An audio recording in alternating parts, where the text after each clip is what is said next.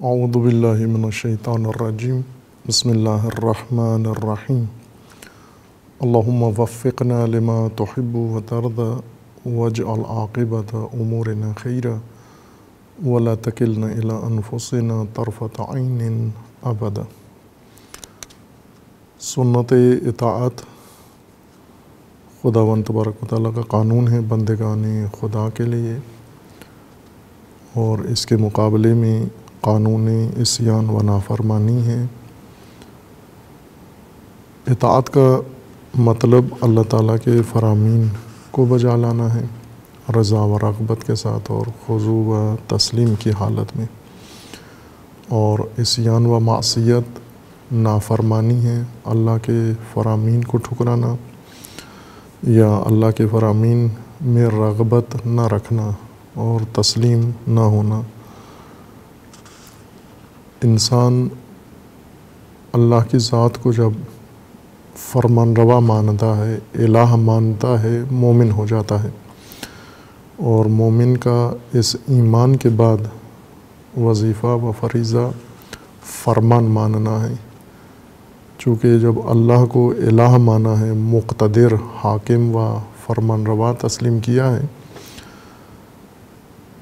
اور انسان ان فرامین کا محتاج ہے، ہدایت کا محتاج ہے اللہ کی جانب سے، لہٰذا جو احکام و فرامین اللہ کی جانب سے انسان کے لیے مقرر ہیں، انہیں بجا لانا ہو بہو جس طرح سے خداوند تبارک و تعالیٰ نے مقرر فرمائے ہیں، انہیں اس عمل کو اطاعت کہا جاتا ہے۔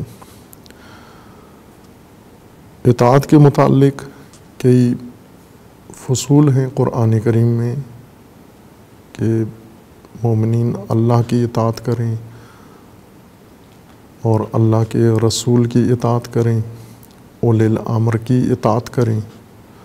ساتھ ہی قرآن کریم نے یہ بھی فرمایا ہے کہ کچھ ایسے بھی انسان کے سامنے امور آتے ہیں جن کی انسان اطاعت کرتا ہے، افراد ہیں، گروہ ہیں، شخصیات ہیں، احزاب ہیں اور مختلف شکلیں ہیں، ان کی جانب سے بھی انسان کو فرامین آتے ہیں اور انسان ان کے فرامین کو بجا لاتا ہے۔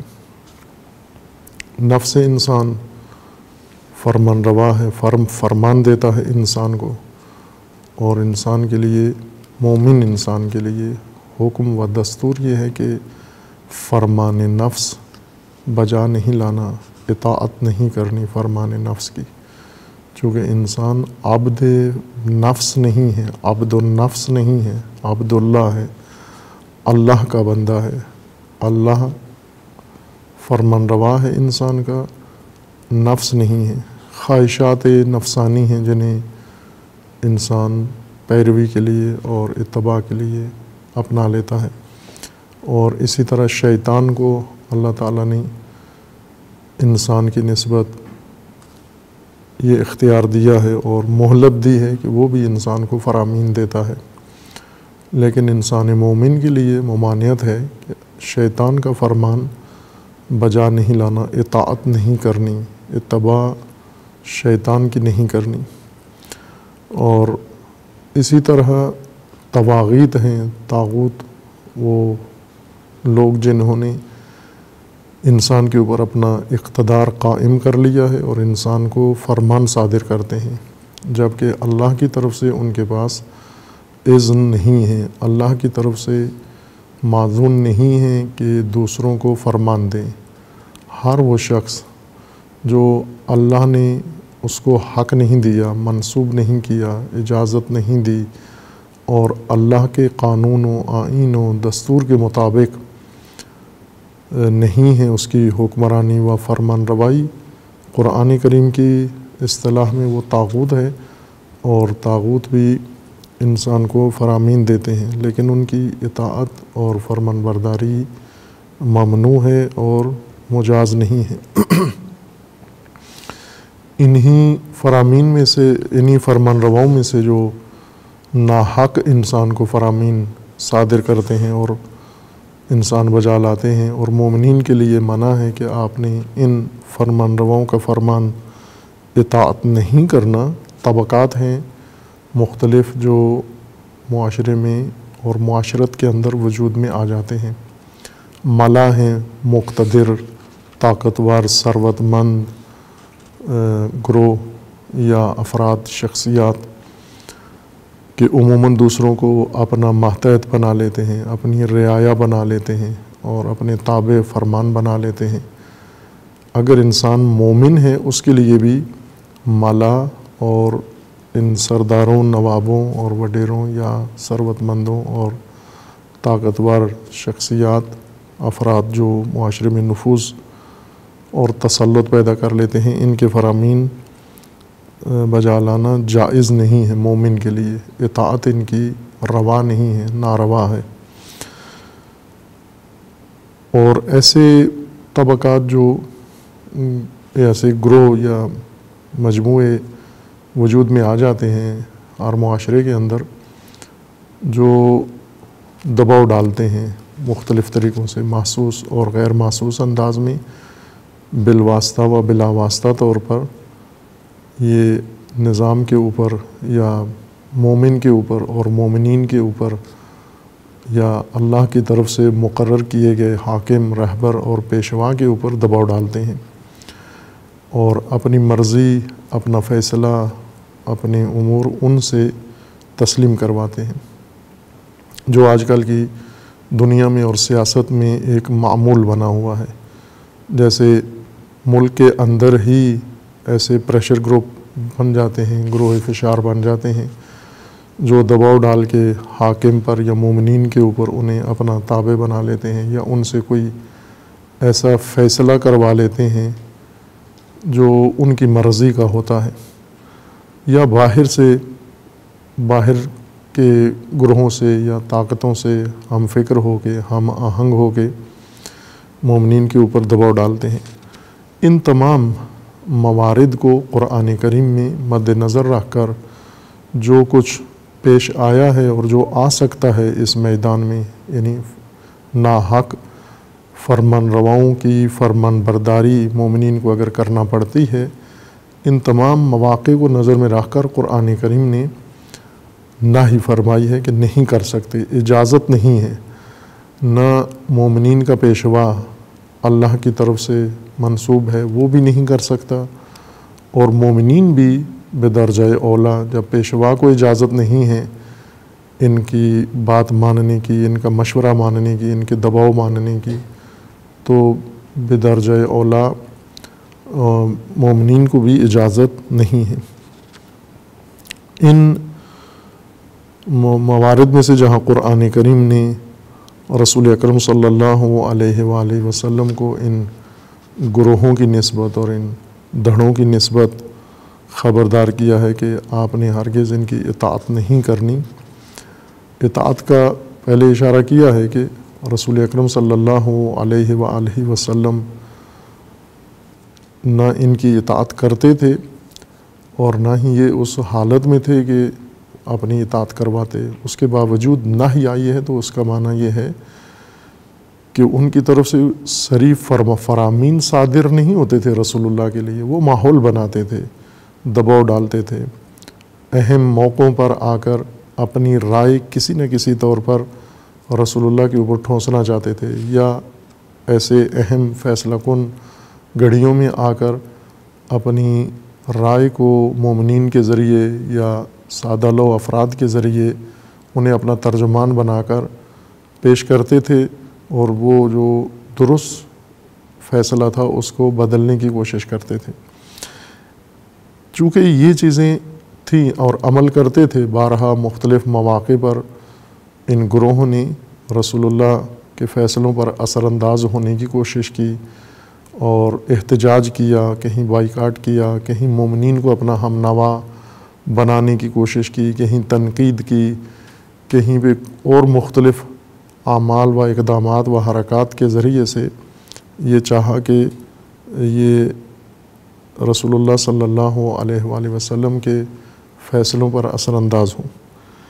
چونکہ یہ ممکن تھا اس لیے کر بھی رہے تھے، خداوند تبارک و تعالیٰ کی طرف سے حکم صادر ہوا رسول اکرم صلی اللہ علیہ وآلہ وسلم کے لیے۔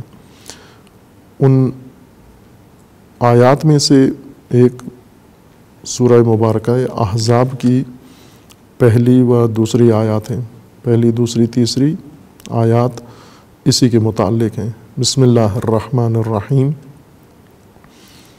یا ایہا النبی اتق اللہ ولا تطع الکافرین والمنافقین ان اللہ کان علیما حکیما واتبع ما یوحی الیک من ربک ان اللہ کان بما تعملون خبیرا وتوکل علی اللہ وکفی باللہ وکیلا۔ اس آیہ مجیدہ میں اور سورہ مبارکہ میں اللہ تعالیٰ نے رسول اللہ کو خطاب فرمایا ہے، یا ایہا النبی، خصوصیت کے ساتھ۔ یہ خطاب باقی جگہوں پر کہیں نبی یا رسول کے عنوان سے خطاب کیا ہے، بعض جگہوں پر یہ عنوان نہیں اخذ کیا نبی و رسول کا، لیکن خطاب متوجہ ہے رسول اللہ صلی اللہ علیہ وآلہ وسلم کی طرف۔ جیسے گزشتہ آیت ملاحظہ کی تھی، لا تطع الکافرین، کہ وہ خطاب بھی نبی اکرم صلی اللہ علیہ وآلہ وسلم کو ہے۔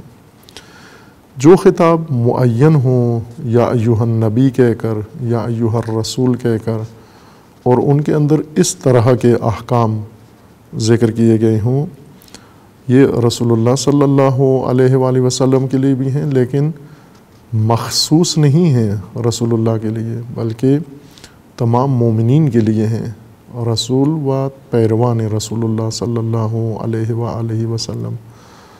جو امت رسول ہیں، مومنین ہیں، ہمراہ ہیں، رسول اللہ کے ساتھی ہیں، اصحاب رسول ہیں، ان سب کے لیے یہ فرمان ہے۔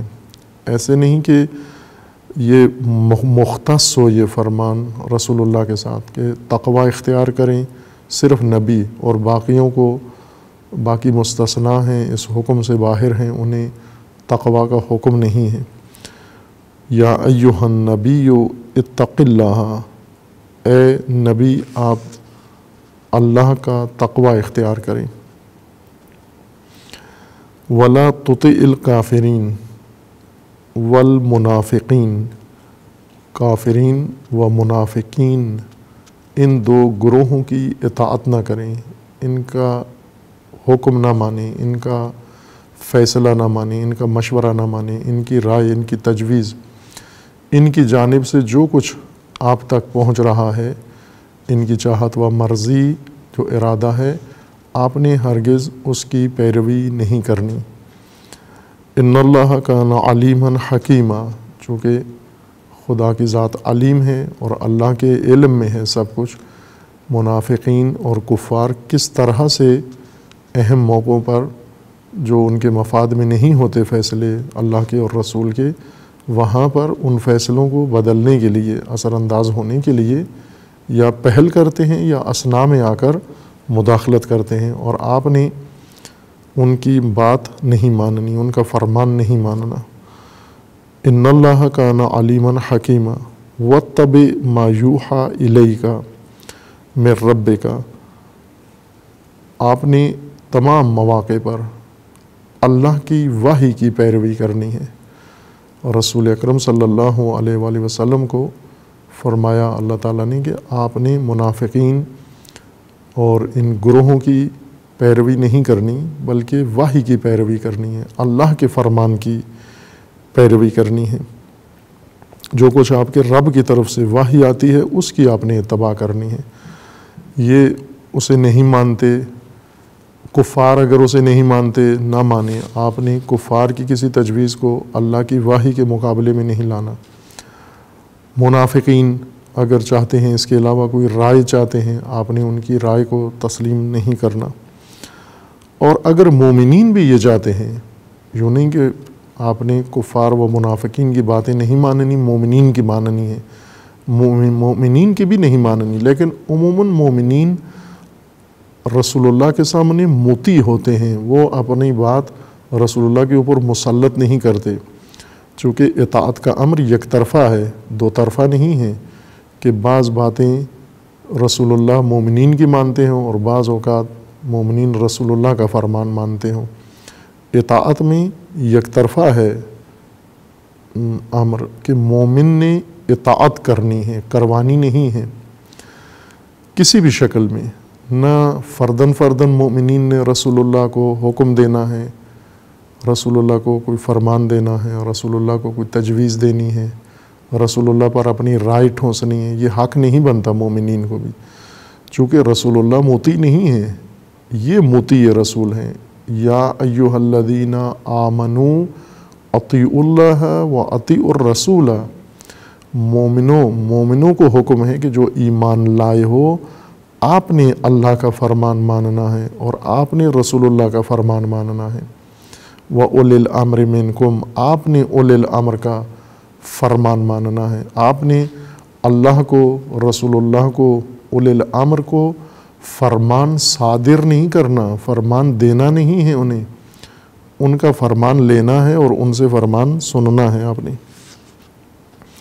پس مومنین چونکہ کرتے نہیں ہیں یہ عمل، اس لیے صراحت سے یہ نہیں کہا گیا کہ جس طرح منافقین کفار سے منع کیا جا رہا ہے، تو اس سے یہ نتیجہ نہیں نکلتا کہ کفار و منافقین کی بات نہ مانیں لیکن مومنین کی مان لیں، چونکہ مومنین یہ جرأت جسارت کرتے نہیں ہیں، مومن ہیں، اس لیے انہوں نے فقط اطاعت کرنی ہے، نہ یہ کہ اپنی مرضی، اپنی رائے اور اپنا منصوبہ رسول اللہ کے اوپر مسلط کرنا ہے۔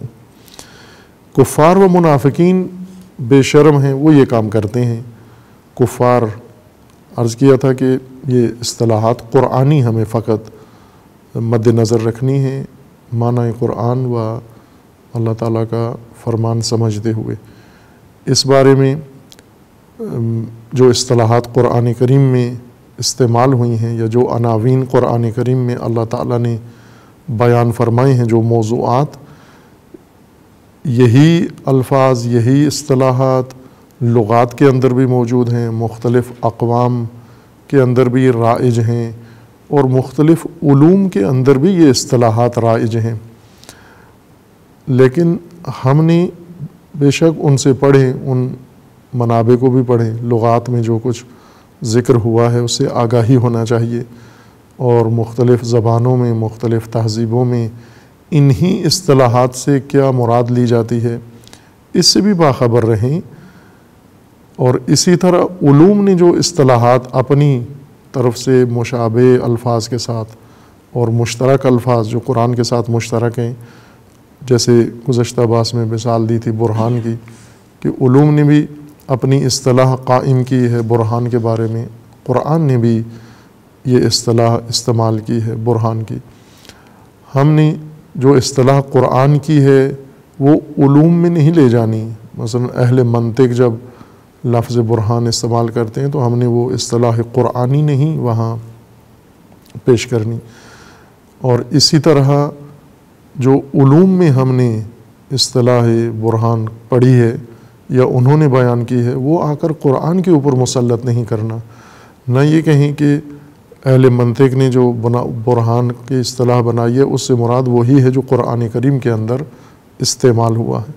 اسی طرح کافرین بھی ہیں کہ علم کلام کے اندر، فقہ کے اندر کفار کے بارے میں بحث ہے، اور کفار کا ایک خاص درجہ یا کفار کا ایک خاص مرحلہ مد نظر ہے، جیسے احکام کفار میں ہیں کہ کافر نجس ہیں، تو یہ نجاست ایک خاص درجے کے لیے ہے، جو کافر ایمان کے مقابلے میں کفر اختیار کرتا ہے، مومن نہیں ہے، انکار کرتا ہے، لیکن قرآن کریم کی اصطلاح وسیع ہے کفار کے بارے میں، جو شکر نہیں کرتے وہ بھی کفور ہیں، اور جو اطاعت نہیں کرتے وہ بھی کفور ہیں۔ بلکہ قرآن کریم کی مراد یہ ہے کفار سے، کافر سے، کہ جو اللہ کے نظام کو پس پشت ڈال دیتے ہیں۔ کفر کا مطلب ہوتا ہے پنہان کرنا، اوجھل کر دینا، پیچھے رکھ دینا، چھپا دینا، یہ کفر کا معنی ہے، اور قرآن کریم میں جا بجا یہی معنی مراد ہے کہ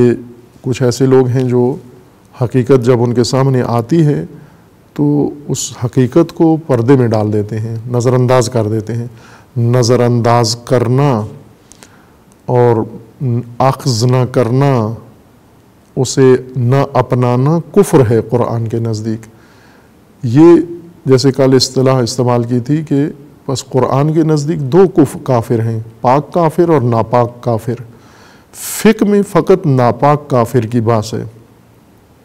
پاک کافر یعنی جو نجس نہیں ہے لیکن ہے کافر ہے، چونکہ اللہ کے نظام کو اس نے بھی انکار کیا ہوا ہے، دور رکھا ہوا ہے، جھٹلایا ہوا ہے اور رجحان نہیں ہے، اور اس کے بجائے دوسری چیزوں کو ترجیح دیتا ہے۔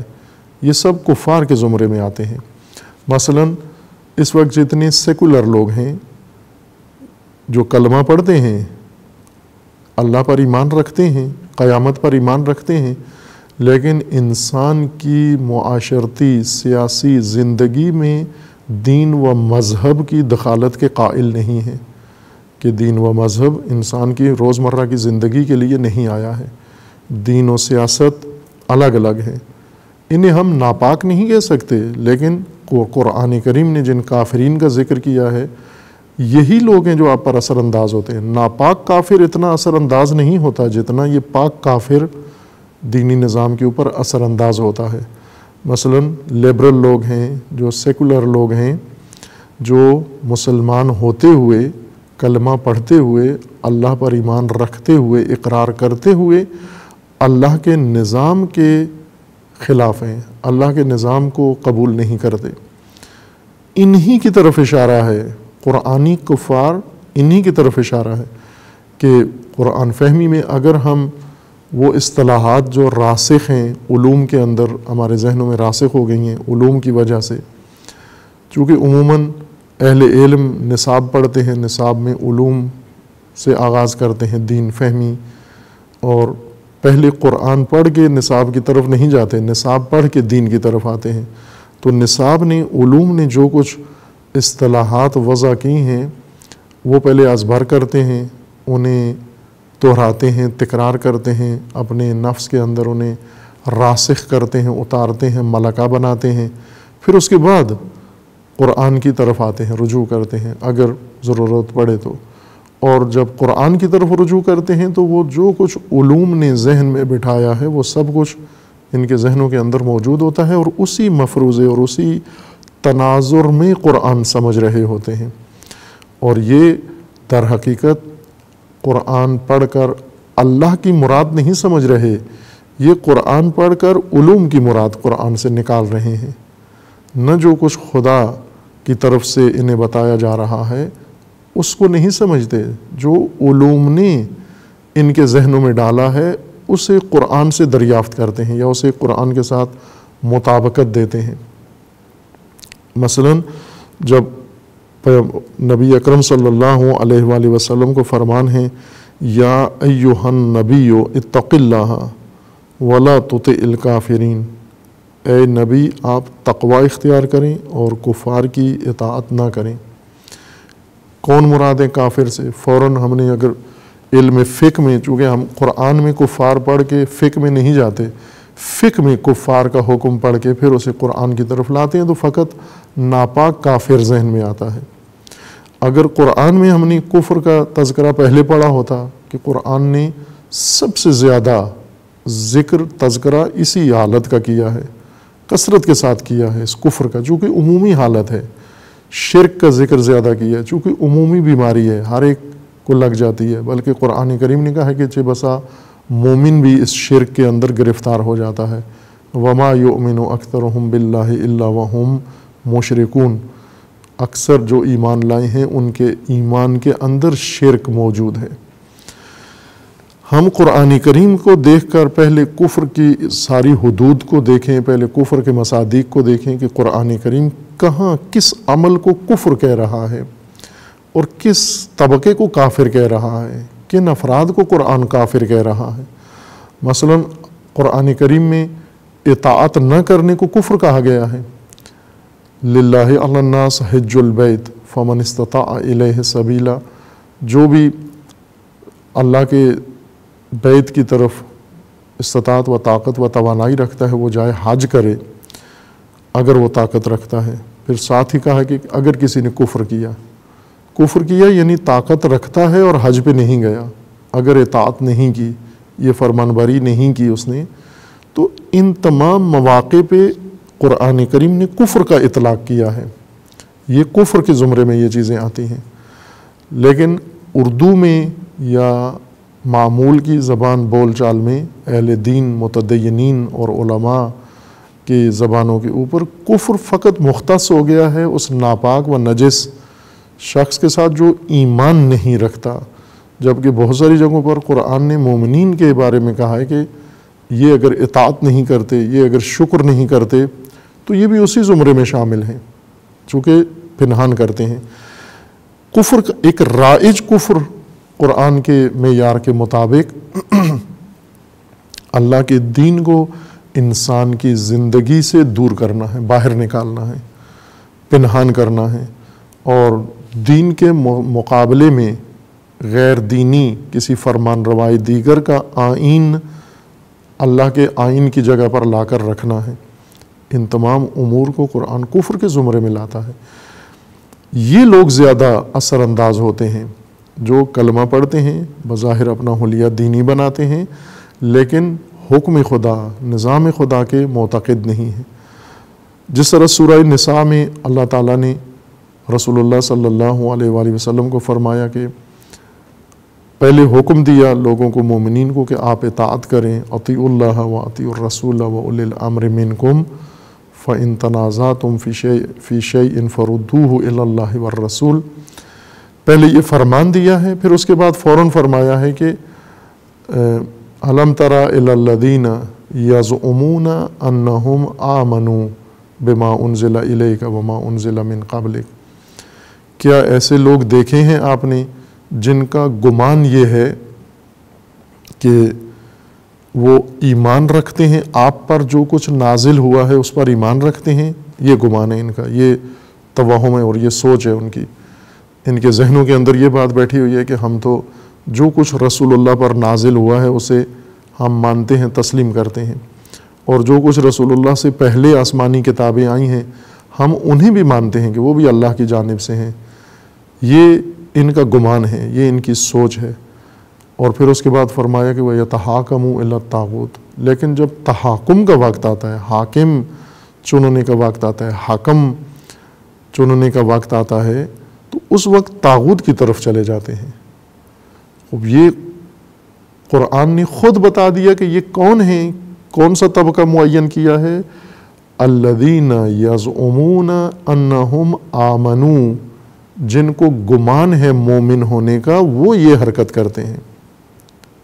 سورہ نساء میں اور ساتھ بتایا بھی ہے کہ قرآن کریم نے کہ اب اس کا اثر کیا ہوگا، اس کا نتیجہ کیا ہے۔ سورہ نساء آیہ 60 میں ہے، الم تر الی الذین یزعمون انہم آمنوا بما انزل الیک وما انزل من قبلک یریدون ان یتحاکموا الی الطاغوت وقد امروا ان یکفروا بہ۔ یہاں پر ان کا فریضہ طاغوت کا کفر تھا۔ اتفاقاً قرآن کریم نے جیسے عرض کیا کہ کفر کو رد کرنے کے معنی میں استعمال کیا ہے، جھٹلا دینا، نہ ماننا، یہ کفر کہا ہے قرآن نے اس کو۔ فریضہ ان کا، یہ جو کہتے ہیں مومن ہیں، جن کو گمان ہے، زعم ہے کہ ہم مومن ہیں، ان کو حکم اللہ کی طرف سے یہ تھا، وقد امروا، اللہ کی طرف سے ان کو فرمان اور امر یہ تھا، ان یکفروا بہ، کہ وہ کفر کرے طاغوت کا، کفر بالطاغوت کرے، انکار کریں۔ جس طرح طاغوت انکار کر رہا ہے اللہ کے نظام کا، دین کا، مومنین کا فریضہ ہے کہ یہ انکار کریں ان کے نظام کا، لیکن یہ گمان کرتے ہیں ہم مومن ہیں اور انکار نہیں کرتے، یہ رد نہیں کرتے، جھٹلاتے نہیں ہیں اس نظام کو۔ جو بھی طاغوت کی طرف سے ہو، غیر اللہ کی طرف سے ہو، اللہ کی حدود توڑ کے جو کچھ قائم کیا گیا ہو اسے قبول کرتے ہیں، تحاکم کرتے ہیں طاغوت کی طرف، حاکم مانتے ہیں طاغوت کو، اور حکمیت کے طور پر، حکم کے طور پر طاغوت کو قبول کرتے ہیں، جبکہ ان کا فریضہ یہ تھا کہ یہ اس کو کفر کریں، یعنی انکار کریں۔ وَيُرِيدُ الشَّيْطَانُ أَن يُضِلَّهُمْ ضَلَالًا بَعِيدًا، اور یہ شیطان ان سے کرواتا ہے کہ تم ہو مومن، تمہارے ایمان پہ کوئی فرق نہیں پڑتا، شیطان ان کو یہ ورغلاتا ہے کہ تم مومن ہوتے ہوئے حکمیت و حکومت طاغوت کی مان سکتے ہو۔ قرآن کا فرمان ہے کہ یہ شیطان کا فرمان مانے، یہ دراصل مطیع شیطان ہے، یہ تعلیم شیطان سے حاصل کی ہے انہوں نے، یہ سبق شیطان نے پڑھایا ہے کہ جو بھی مومن ہونے کا دعویٰ کرے اور حکمیت میں طاغوت کی حکمیت کو تسلیم کرے، قرآن کا فرمانا ہے کہ یرید الشیطان ان یضلہم، یہ وہ گمراہی ہے جو شیطان نے اسے سکھائی ہے، یہ ارادہ شیطان و نیت شیطان ہے جو اس کی زبان سے ظاہر ہو رہی ہے، اور وہ انہیں بہت دور لے جانا چاہتا ہے۔ وَإِذَا قِيلَ لَهُمْ تَعَالَوْا إِلَى مَا أَنزَلَ اللَّهُ وَإِلَى الرَّسُولِ رَأَيْتَ الْمُنَافِقِينَ يَصُدُّونَ عَنْكَ صُدُودًا، یہ بیان ہے سورہ مبارکہ کفر میں، سورہ مبارکہ نساء میں کفر کے متعلق، کہ کفر کا ایک اصطلاح قرآن کریم نے یہ ذکر فرمائی ہے کہ مومنوں کو چاہیے تھا کہ وہ طاغوت کا کفر کریں، انکار کریں، بس اگر جو اللہ پر ایمان رکھتا ہے لیکن اللہ کے حاکم کو نہیں مانتا، اس سے پہلی آیت میں یا ایھا الذین آمنوا اطیعوا اللہ واطیعوا الرسول واولی الامر منکم، اس سے پہلی آیت میں بتایا گیا کہ آپ نے حاکم کس کو ماننا ہے، آپ نے حاکم کس کو ماننا ہے، آپ کا حاکم اللہ کی طرف سے کون مقرر ہے۔ یہ دو، وہ 59 ہے اور یہ آیت 60 ہے جو پہلے پڑھی ہے۔ پہلے اطاعت کا حکم ہے، اللہ کی اطاعت کا، رسول اللہ کی اطاعت کا، اولی الامر کی اطاعت کا، اور یہ فرما دیا گیا ہے کہ نزاع میں، جھگڑے میں، اختلاف میں، ہر صورت میں آپ نے رجوع ادھر کرنا ہے، اور پھر فوراً فرمایا ہے کہ یہ ہمارا حکم تھا، دستور و ضابطہ ان کے لیے یہ بنایا تھا کہ آپ نے ہر معاملے میں رجوع کرنا ہے اللہ کی طرف اور رسول اللہ کی طرف، اور اطاعت کرنی ہے اللہ، رسول اور اولی الامر کی، یعنی وہ حاکم جو اللہ نے اختیار دے کر تمہارے اوپر مقرر کیا ہے۔ پھر فرمایا کہ دیکھتے ہیں کہ یہ گمان کرتے ہیں کہ ہم مومن ہیں، دعوی مومنیت رکھتے ہیں، لیکن حاکم طاغوت کو جا مانتے ہیں، جبکہ ہم انہیں کہہ رہے ہیں اولی الامر کی بات مانو، یہ طاغوت کو جا کر حاکم چن لیتے ہیں۔ وَقَدْ أُمِرُوا أَن يَكْفُرُوا بِهِ، جبکہ یہ مامور تھے مومنوں کو حکم یہ تھا کہ طاغوت کا انکار کریں، اسے نہ مانیں حاکم۔ بس یہاں کفر کا استعمال بھی ہمیں معلوم ہو گیا کہ وہ کافر جو کفر ہمارے ذہنوں میں علم فقہ سے بیٹھ گیا ہے کہ نجاسات پڑھتے ہیں، کفر کی بات بھی نجاسات میں آتی ہے، ایک ہی جگہ پر کفر کی بات آتی ہے نجاسات میں کہ نجاسات اتنی ہیں اور ان میں سے ایک کافر ہے۔ پھر اس کے بعد فقہ میں بھی کفر کی بات نہیں آتی، علم کلام میں فی الجملہ بات آتی ہے، وہ بھی ایمان کے مقابلے میں کفر کا ذکر ہے، لیکن قرآن کریم نے کفر کو اس تناظر میں، وسیع تناظر کے اندر اس کو پیش کیا ہے، اور یعنی نشاندہی کی ہے کہ اس کو کفر کہتے ہیں، یہ حالت کفریہ ہے، احکام خدا جٹلانا، نظام خدا جٹلانا، حکم خدا جٹلانا، حاکم خدا جٹلانا، اور اللہ کی رضا و مرضی کو جٹلانا، یہ سب کفر کے زمرے میں آتا ہے۔ کافرین کون ہیں؟ یہی گروہ، یہی طبقات، یہ کفار میں سے ہیں، اور یہ آ کر رسول اللہ صلی اللہ علیہ وآلہ وسلم پر اثر انداز ہوتے ہیں۔ اللہ تعالیٰ کا فرمان ہے کہ وَلَا تُطِعِ الْكَافِرِينَ، آپ نے ان کی بات نہیں ماننی، وَالْمُنَافِقِينَ، منافقین کی بات بھی نہیں ماننی، ان کی اطاعت بھی نہیں کرنی۔ دوسرا گروہ، پریشر گروپ جو بنتا ہے، مومنین کے اندر بنتا ہے اور کفار سے زیادہ خطرناک ہے، وہ یہ منافق ہیں،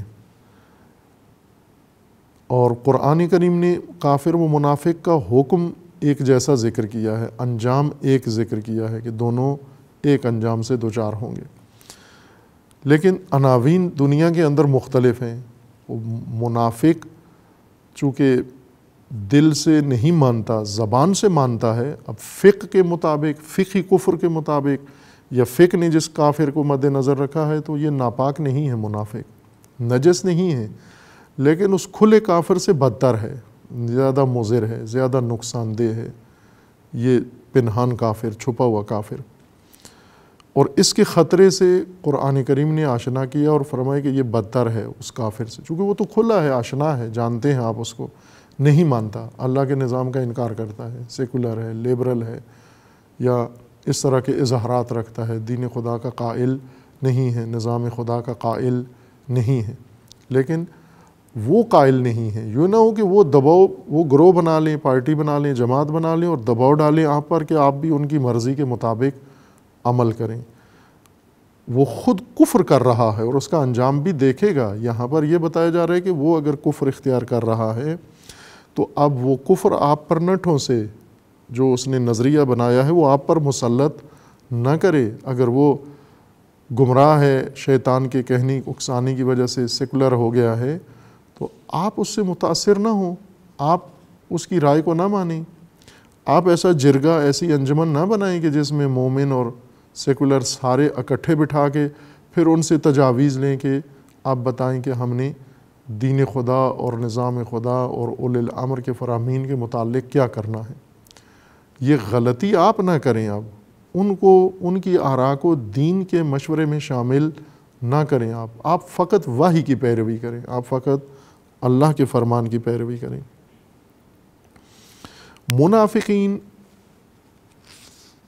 ایسا گروہ جو مومنین کے اندر پیدا ہوتا ہے، شروع ہوتا ہے، چونکہ جب تک نظام دینی قائم نہ ہو، جب تک امت دینی وجود میں نہ آئے، منافق ضرورت نہیں کہ چھپا ہوا کافر پیدا ہو۔ چھپا ہوا وہاں ہوتا ہے کہ جہاں اظہار کرنا مشکل ہوتا ہے اس کے لیے، اور اظہار وہیں مشکل ہوتا ہے کہ جہاں پر ماحول ایمان کا بن جائے، جہاں پر امت اسلام وجود میں آ جائے، جہاں نظام دین وجود میں آ جائے، وہیں پر چھپنا پڑتا ہے اس کو۔ ورنہ جہاں نظام دین نہیں ہے، حکومت اسلامی نہیں ہے، امت اسلامی نہیں ہے، وہاں پر چھپنے کی ضرورت ہی نہیں ہے، سب عریان ہیں، سب وہاں پر کھلے ہیں، سب روشن ہیں، برملا ہیں۔ پنہان کاری فقط اسی صورت میں کرنا پڑتی ہے جہاں پر اللہ کا نظام قائم ہو جائے۔ لہٰذا منافقین کا ذکر تمام مدنی آیات کے اندر ہے۔ یہ مفسرین میں ہے یہ نزاع کہ آیا مکہ میں کافر تھے یا نہیں تھے، لیکن مدینہ میں مسلم تھے، چونکہ مدینہ میں نظام اسلامی قائم ہوا تھا۔ مکہ میں کسی کو چھپا ہوا کافر بننے کی ضرورت نہیں تھی، چونکہ کھلے کافر تھے۔ مکہ کے اندر سب علنی کفر رکھتے تھے، بلکہ وہاں پر مومن ہونے کو چھپاتے تھے، ایمان چھپانا پڑتا تھا، چونکہ وہاں کفر کا ماحول تھا، کفر کی حکومت تھی، کفر کی سلطنت تھی، کفر کا تسلط تھا، دبدبہ تھا، اور مومن کو اپنا ایمان چھپانا پڑتا تھا۔ مکہ میں کافر کو اپنا ایمان چھپانا پڑ رہا ہے، منافق کو اپنا کفر چھپانا پڑ رہا ہے، نہ مومن کو۔ کافر کو اور منافق کو اپنا کفر چھپانا پڑتا ہے، کیونکہ یہاں پر غلبہ مومنین کا ہے، یہاں پر غلبہ دین کا ہے، یہاں غلبہ رسول اللہ صلی اللہ علیہ وآلہ وسلم کا ہے، یہاں حکم خدا اور حکم وحی یہاں پر چلے گا۔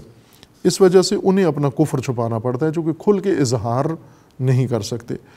ایسے ہی ماحول میں منافق زیادہ پیدا ہوتے ہیں کہ جہاں پر کھل کے اظہار کفر کا نہ کیا جا سکتا ہو، یعنی وہ معاشرہ قبول نہ کرتا ہو، یا وہ نظام قبول نہ کرتا ہو، یا اس کے اوپر جرمانہ و سزا ہو، یا سرزنش ہو، یا اس کے احکام ایسے ہوں سخت، ان سے بچنے کے لیے اور معاشرتی فائدے اٹھانے کے لیے یہ اپنے کفر کو پنہان رکھتے ہیں۔ لیکن کفار سے بہت بدتر ہوتے ہیں منافق، چونکہ کافر ممکن ہے جس طرح دین کو نہیں مانتا، دین سے لا تعلق بھی ہو جائے، سروکار نہ مومنین سے کوئی تعلق ہے، نہ انہیں نقصان پہنچانا چاہتا ہے، نہ انہیں فائدہ پہنچانا چاہتا ہے، سرے سے نہ ایمان رکھتا ہے، نہ مومن کو مانتا ہے، لا تعلق ہو کے رہ سکتا ہے۔ یہ کافر کے لیے ممکن ہے، منافق لا تعلق نہیں ہوتا۔ منافق دیمک کی طرح ہے، جس لکڑی کے اندر پیدا ہوتے اسی کو کھاتا ہے، جس نظام کے اندر پیدا ہوتے اسی کو کھاتا ہے منافق، جس ماحول سے استفادہ کرتا ہے، جہاں کھاتا ہے وہیں اسی کو کاٹتا بھی ہے، اسی کو نابود بھی کرتا ہے۔ یہ منافقت کی صفت ہے۔ پس لا تعلق منافق ایک فرضیہ ہے، ناممکن ہے کہ منافق لا تعلق ہو۔ مثلا اگر جس طرح قرآن کریم نے بعض آیات میں سرزنش کی ہے بعض لوگوں کی کہ آپ منافقین کے بارے میں دو رائے کیوں رکھتے ہو، یہ نفسیاتی طور پر ہوتا ہے۔ لوگ خصوصاً جو دین کے اندر زیادہ آگاہی بھی نہیں رکھتے دینی احکام سے، ان کے اندر مجرموں کے ساتھ ہمدردی پیدا ہوتی ہے۔ یہ عام رائج چیز ہے۔ آج بھی اگر ہم دیکھیں تو یہ ایک طبقہ ایسا ہے کہ جن کے اگر کوئی مجرم پکڑا جائے، اسے پولیس پکڑ لے، ہتھکڑی لگائیں تو دیکھ کر افسوس کرتے ہیں، دیکھو بیچارے کو کیسے ہتھکڑی لگائی ہوئی ہے، دیکھو بیچارے کو کھینچ رہے ہیں، دیکھو بیچارے کو مار رہے ہیں، دیکھو بیچارے کو پکڑ لیا ہے۔ اس طرح کے ہمدردی بعض لوگوں کے اندر مجرمین کے لیے پیدا ہو جاتی ہے۔ یہ ضعف و نقص کی وجہ سے ہے، یعنی ایمان کمزور ہے، ان کا آگاہی نہیں ہے اور نفسیاتی کمزوری کا شکار ہیں، اس وجہ سے مجرموں کے ساتھ ان کو ہمدردی ہو جاتی ہے۔ دہشت گردوں کے ساتھ ہمدردی ہو گئی، یا ایسے جرائم پیشہ لوگوں کے ساتھ ان کو ہمدردی ہو جاتی ہے۔ اصل ہمدردی کیا کریں گے کہ ٹھیک ہے اس سے ایک غلطی ہو گئی ہے لیکن اتنا بھی نہیں کرنا چاہیے، اس غلطی کی سزا اتنی بھی نہیں دینی چاہیے، اس کو سب کے سامنے بے عزت کیا جا رہا ہے، سب کو بتایا جا رہا ہے، سب کے سامنے اس کو پکڑا جا رہا ہے، اس کا خیال رکھنا چاہیے، وہ بھی انسان ہے۔ اس قسم کی ہمدردیاں پیدا ہوتی ہیں، اور یہ خود ایک نفاق کی علامت ہے۔ مجرموں کے ساتھ ہمدردی منافقت کی ایک آغاز ہے، شروعات ہیں منافقت کی۔ اگر انسان کو نفس کے اندر مجرموں کے ساتھ ہمدردی نظر آتی ہے، جیسے روایات کے اندر ہے کہ انسان اپنے دل کو دیکھے ٹٹولے کہ منکرات کی طرف رغبت آیا اس کے اندر پائی جاتی ہے یا نہیں، یا معروف سے بے رغبتی اس کے اندر پائی جاتی ہے یا نہیں، قلبی طور پر۔ کہ بعض اوقات بعض لوگ ہیں ایسے کہ اندر ایک کشش ہے منکرات کی طرف، بے شک مرتکب نہیں ہوتا لیکن شوق ہے، رجحان ہے، یہ نفاق کی علامت ہے۔ یا معروف کے ساتھ، بلائیوں اور اچھائیوں کے ساتھ اور حسنات کے ساتھ اس کا کوئی رغبت نہیں ہے، اسے اظہار بھی بسا اوقات کر دیتا ہے کہ نہ مجھے کوئی اس میں دلچسپی نہیں ہے، ایک اچھے کام میں کوئی دلچسپی نہیں ہے مجھے، مثلا تعلیم کی طرف کوئی دلچسپی نہیں ہے مجھے، دین سیکھنے کی طرف کوئی دلچسپی نہیں ہے مجھے، کسی اچھے انسان کو تعریف کرنے میں کوئی دلچسپی نہیں ہے مجھے۔ اس طرح بعض انسان کی قلبی حالت، بیماری کی حالت ان کے اندر اس طرح سے پیدا ہو جاتی ہے کہ انہیں معروف سے رغبت ختم ہو جاتی ہے۔ یہ منافقت کا آغاز ہوتا ہے، یہیں سے انسان نفاق کا سفر شروع کرتا ہے اندر قلبی رجحانات سے، اور بڑھتے بڑھتے پھر منافقین سے محبت ہو جاتی ہے، کفار سے محبت ہو جاتی ہے، مومنین سے بے رغبتی ہو جاتی ہے، مومنین کی نسبت دل میلا ہو جاتا ہے، گمراہوں کی طرف رجحان زیادہ پیدا ہوتا ہے، اور آہستہ آہستہ انسان اس راہ پر آگے بڑھ جاتا ہے۔ منافقین بہت ہی خطرناک ہیں، بلکہ رسول اللہ صلی اللہ علیہ وآلہ وسلم کی دعاؤں میں سے ہے اور فرامین میں سے ہے کہ مجھے اپنی امت کے متعلق سب سے زیادہ خطرہ جو محسوس ہوتا ہے کہ میری امت اس آفت میں مبتلا ہو جائے گی اور اس بیماری میں، وہ ہے منافق علیم۔ منافق علیم کا زیادہ مجھے خطرہ ہے اپنی امت کے متعلق۔ منافق علیم یعنی وہ شخص جو امت کے اندر چھپا ہوا ہے، منکر، مانتا نہیں ہے اور آگاہ بھی ہے، عالم بھی ہے، دانشور بھی ہے اور متکلم بھی ہے، زبان بھی رکھتا ہے، گفتگو بھی کرتا ہے۔ ایسا منافق بہت خطرناک ہے میری امت کے لیے۔ پہلے اسی باعث سنن الہی کے ایک مرحلے میں یہ بات کی ہے کہ طبقہ منافق قرآن کریم میں اس کو خصوصیت کے ساتھ ذکر کیا گیا ہے کہ منافق سے اجتناب کریں، اور منافقت خطر ہے دین کے لیے، نظام دین کے لیے خطر ہے۔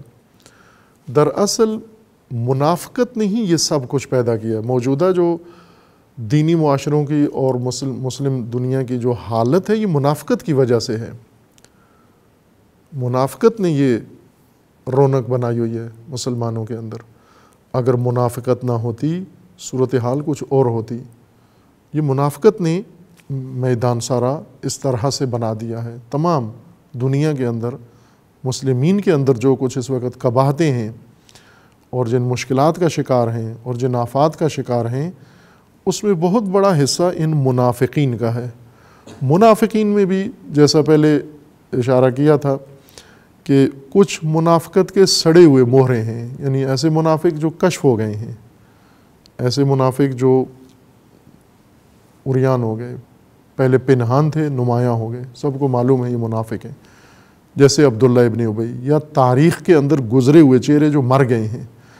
جو ہی منافقت کا ذکر آتا ہے تو اذہان دوڑ کے ان کی طرف چلے جاتے ہیں، سڑے ہوئے مہروں کی طرف، جبکہ قرآن ان کی طرف، ان کے شر کی طرف نہیں اشارہ کر رہا۔ آج جو قرآن پڑھتا ہے اور قرآنوں سے منافقین کے شر کی طرف متوجہ کر رہا ہے اور اطاعت منافق سے روک رہا ہے، تو یہ نہیں کہہ رہا کہ آج 1400 سال میں 2017 میں جو انسان رہتا ہے یہ عبداللہ ابن ابی کی اطاعت نہ کرے، وہ تو مر گیا ہے پہلے۔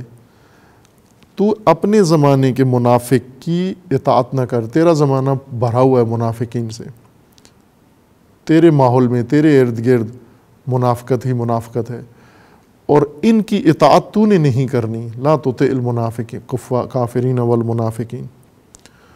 منافق کے لیے جو ایک اصطلاح اور استعمال ہوتی ہے آج کی دنیا میں یا آج کی سیاسی زبان میں اور مطبوعاتی زبان میں، کتابی زبان میں، انہیں ستون پنجم کہا جاتا ہے۔ ستون پنجم اصطلاح ہے ایک خاص جو سیاسی ادبیات کے اندر داخل ہوئی گزشتہ صدی کے آغاز میں، جب کمیونسٹ انقلاب آیا روس کے اندر اور اس سے متاثر ہو کر باقی مغربی دنیا میں آہستہ آہستہ کمیونسٹ افکار پھیلنا شروع ہوئے، تو وہاں یہ اصطلاح وہاں پر قائم ہوئی ستون پنجم کی۔ ستون پنجم جیسے کہا جاتا ہے ففتھ کالم، پانچواں ستون، اور عربی میں اسے طابور الخامس کہا جاتا ہے۔ الطابور الخامس، طابور حصے کو کہتے ہیں، یا آج کی جدید عربی کے اندر برگیڈ کے لیے استعمال ہوتا ہے، پانچواں برگیڈ۔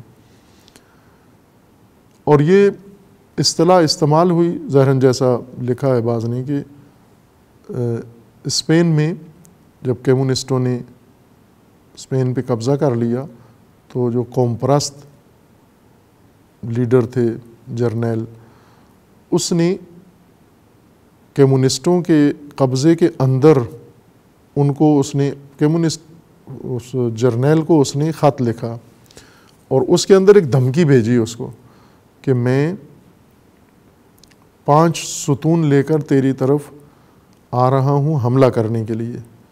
4 ستون اس کی فوج کے تھے، اور کہا کہ 5واں ستون وہ ہے جو اندر ہی ہے شہر کے، اور تیرے ساتھ ہیں بظاہر یا رہ رہے ہیں، لیکن وہ ہیں ہمارے ساتھ، وہ ملے ہوئے ہمارے ساتھ ہیں، تمہارے ساتھ نہیں ہیں۔ اور اگر تو میرے 4 ستون افواج کے 4 برگیڈ جو میں لا رہا ہوں، ان 4 سے تو بچ بھی جائے برفرض، ان کا مقابلہ کر لے اور یہ نہ کامیاب ہوں شہر میں داخل ہونے کے لیے جو باہر سے آ رہے ہیں، چونکہ 4 برگیڈ فوج کے وہ باہر سے لا رہا تھا 4 لشکر، 5واں لشکر جو باہر سے داخل نہیں ہونا تھا وہ شہر کے اندر ہی تھا، فوجی لباس میں نہیں تھا، عام افراد کی صورت میں تھا، لیکن وہ قوم پرستوں کے ساتھ ملا ہوا تھا، وہ کمیونسٹوں کے اندر رہ رہے تھے خاموش، لیکن ان کے ہمدردیاں ساری وہ نیشنلسٹوں کے ساتھ تھی۔ اس وجہ سے انہیں اس نے اس جرنیل نے، اسپینش جرنیل نے انہیں کہا کہ وہ میری فوج کا 5واں برگیڈ ہیں یا میری فوج کا 5واں ستون ہیں.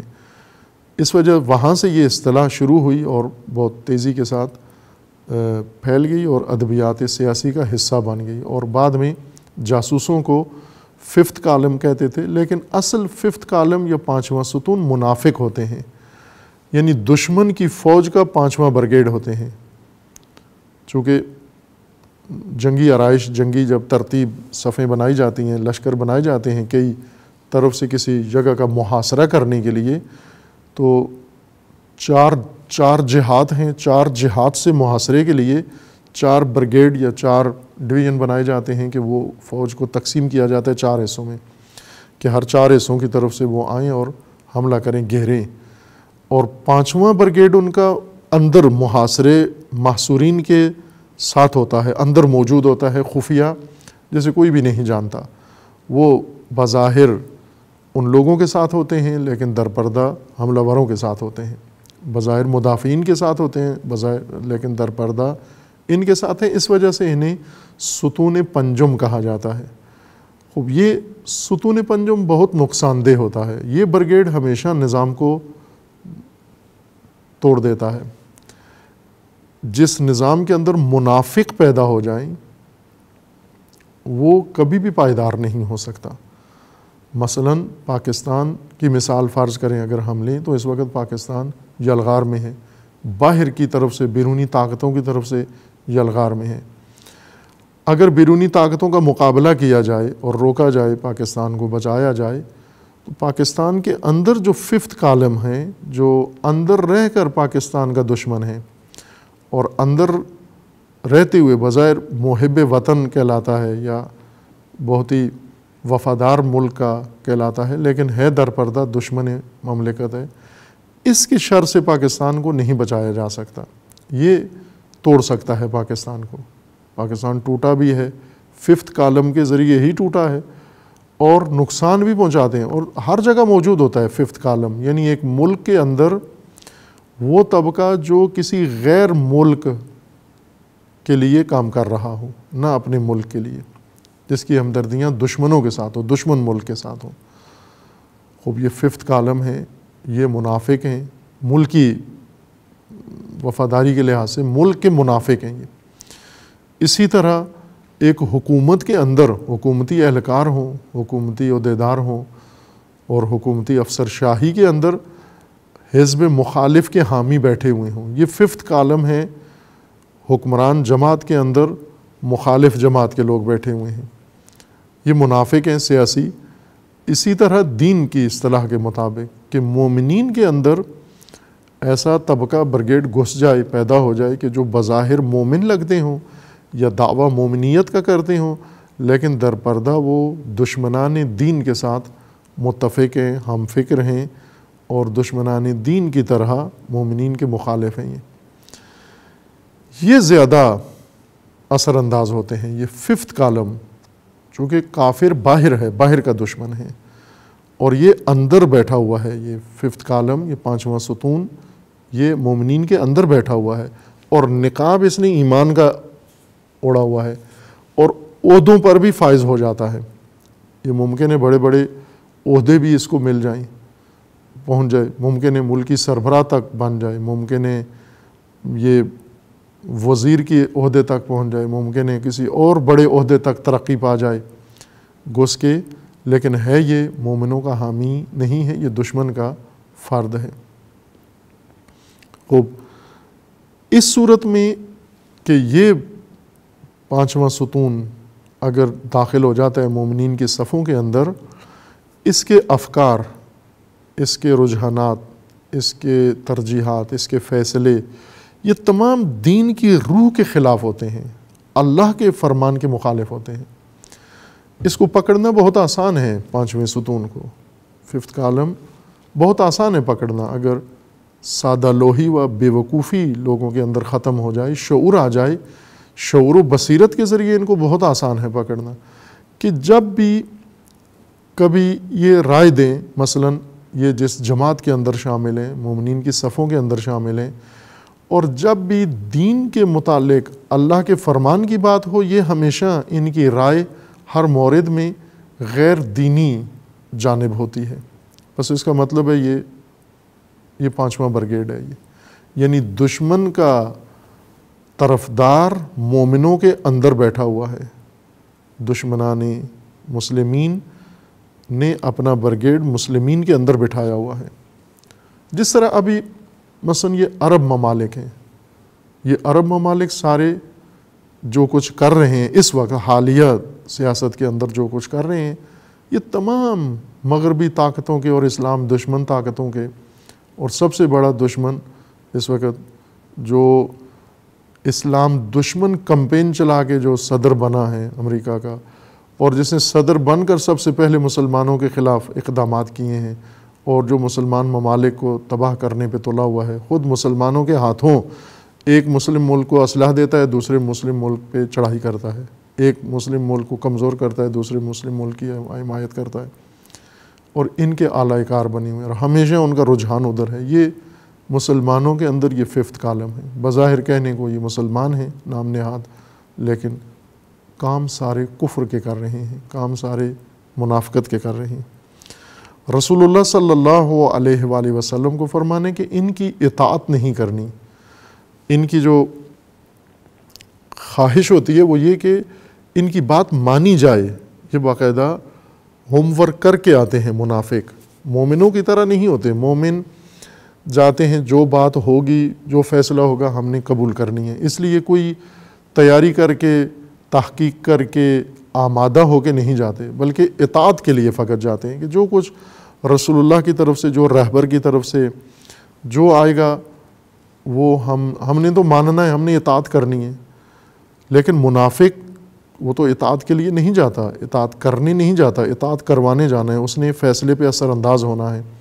وہ فائلیں ساتھ لے کے جاتا ہے، وہ حوالے ساتھ لے کے جاتا ہے، وہ پوری تقریر یاد کر کے جاتا ہے، وہ سب کچھ بنا کے تیاری کر کے، تاکہ جو فیصلہ رہبر کی طرف سے ہوگا میں اس کو مختلف دلائل دے کر اور اس کے بارے میں خدشات ظاہر کر کے اور دشمنوں کے حوالے دے کے یا خوفزدہ کر کے ہراس پھیلا کر میں کسی طرح یا مومنوں کو ڈرا کر یا رہبر کو ڈرا کر کسی طرح میں اس پر اثر انداز ہو کر اس فیصلے کو تبدیل کروا دوں۔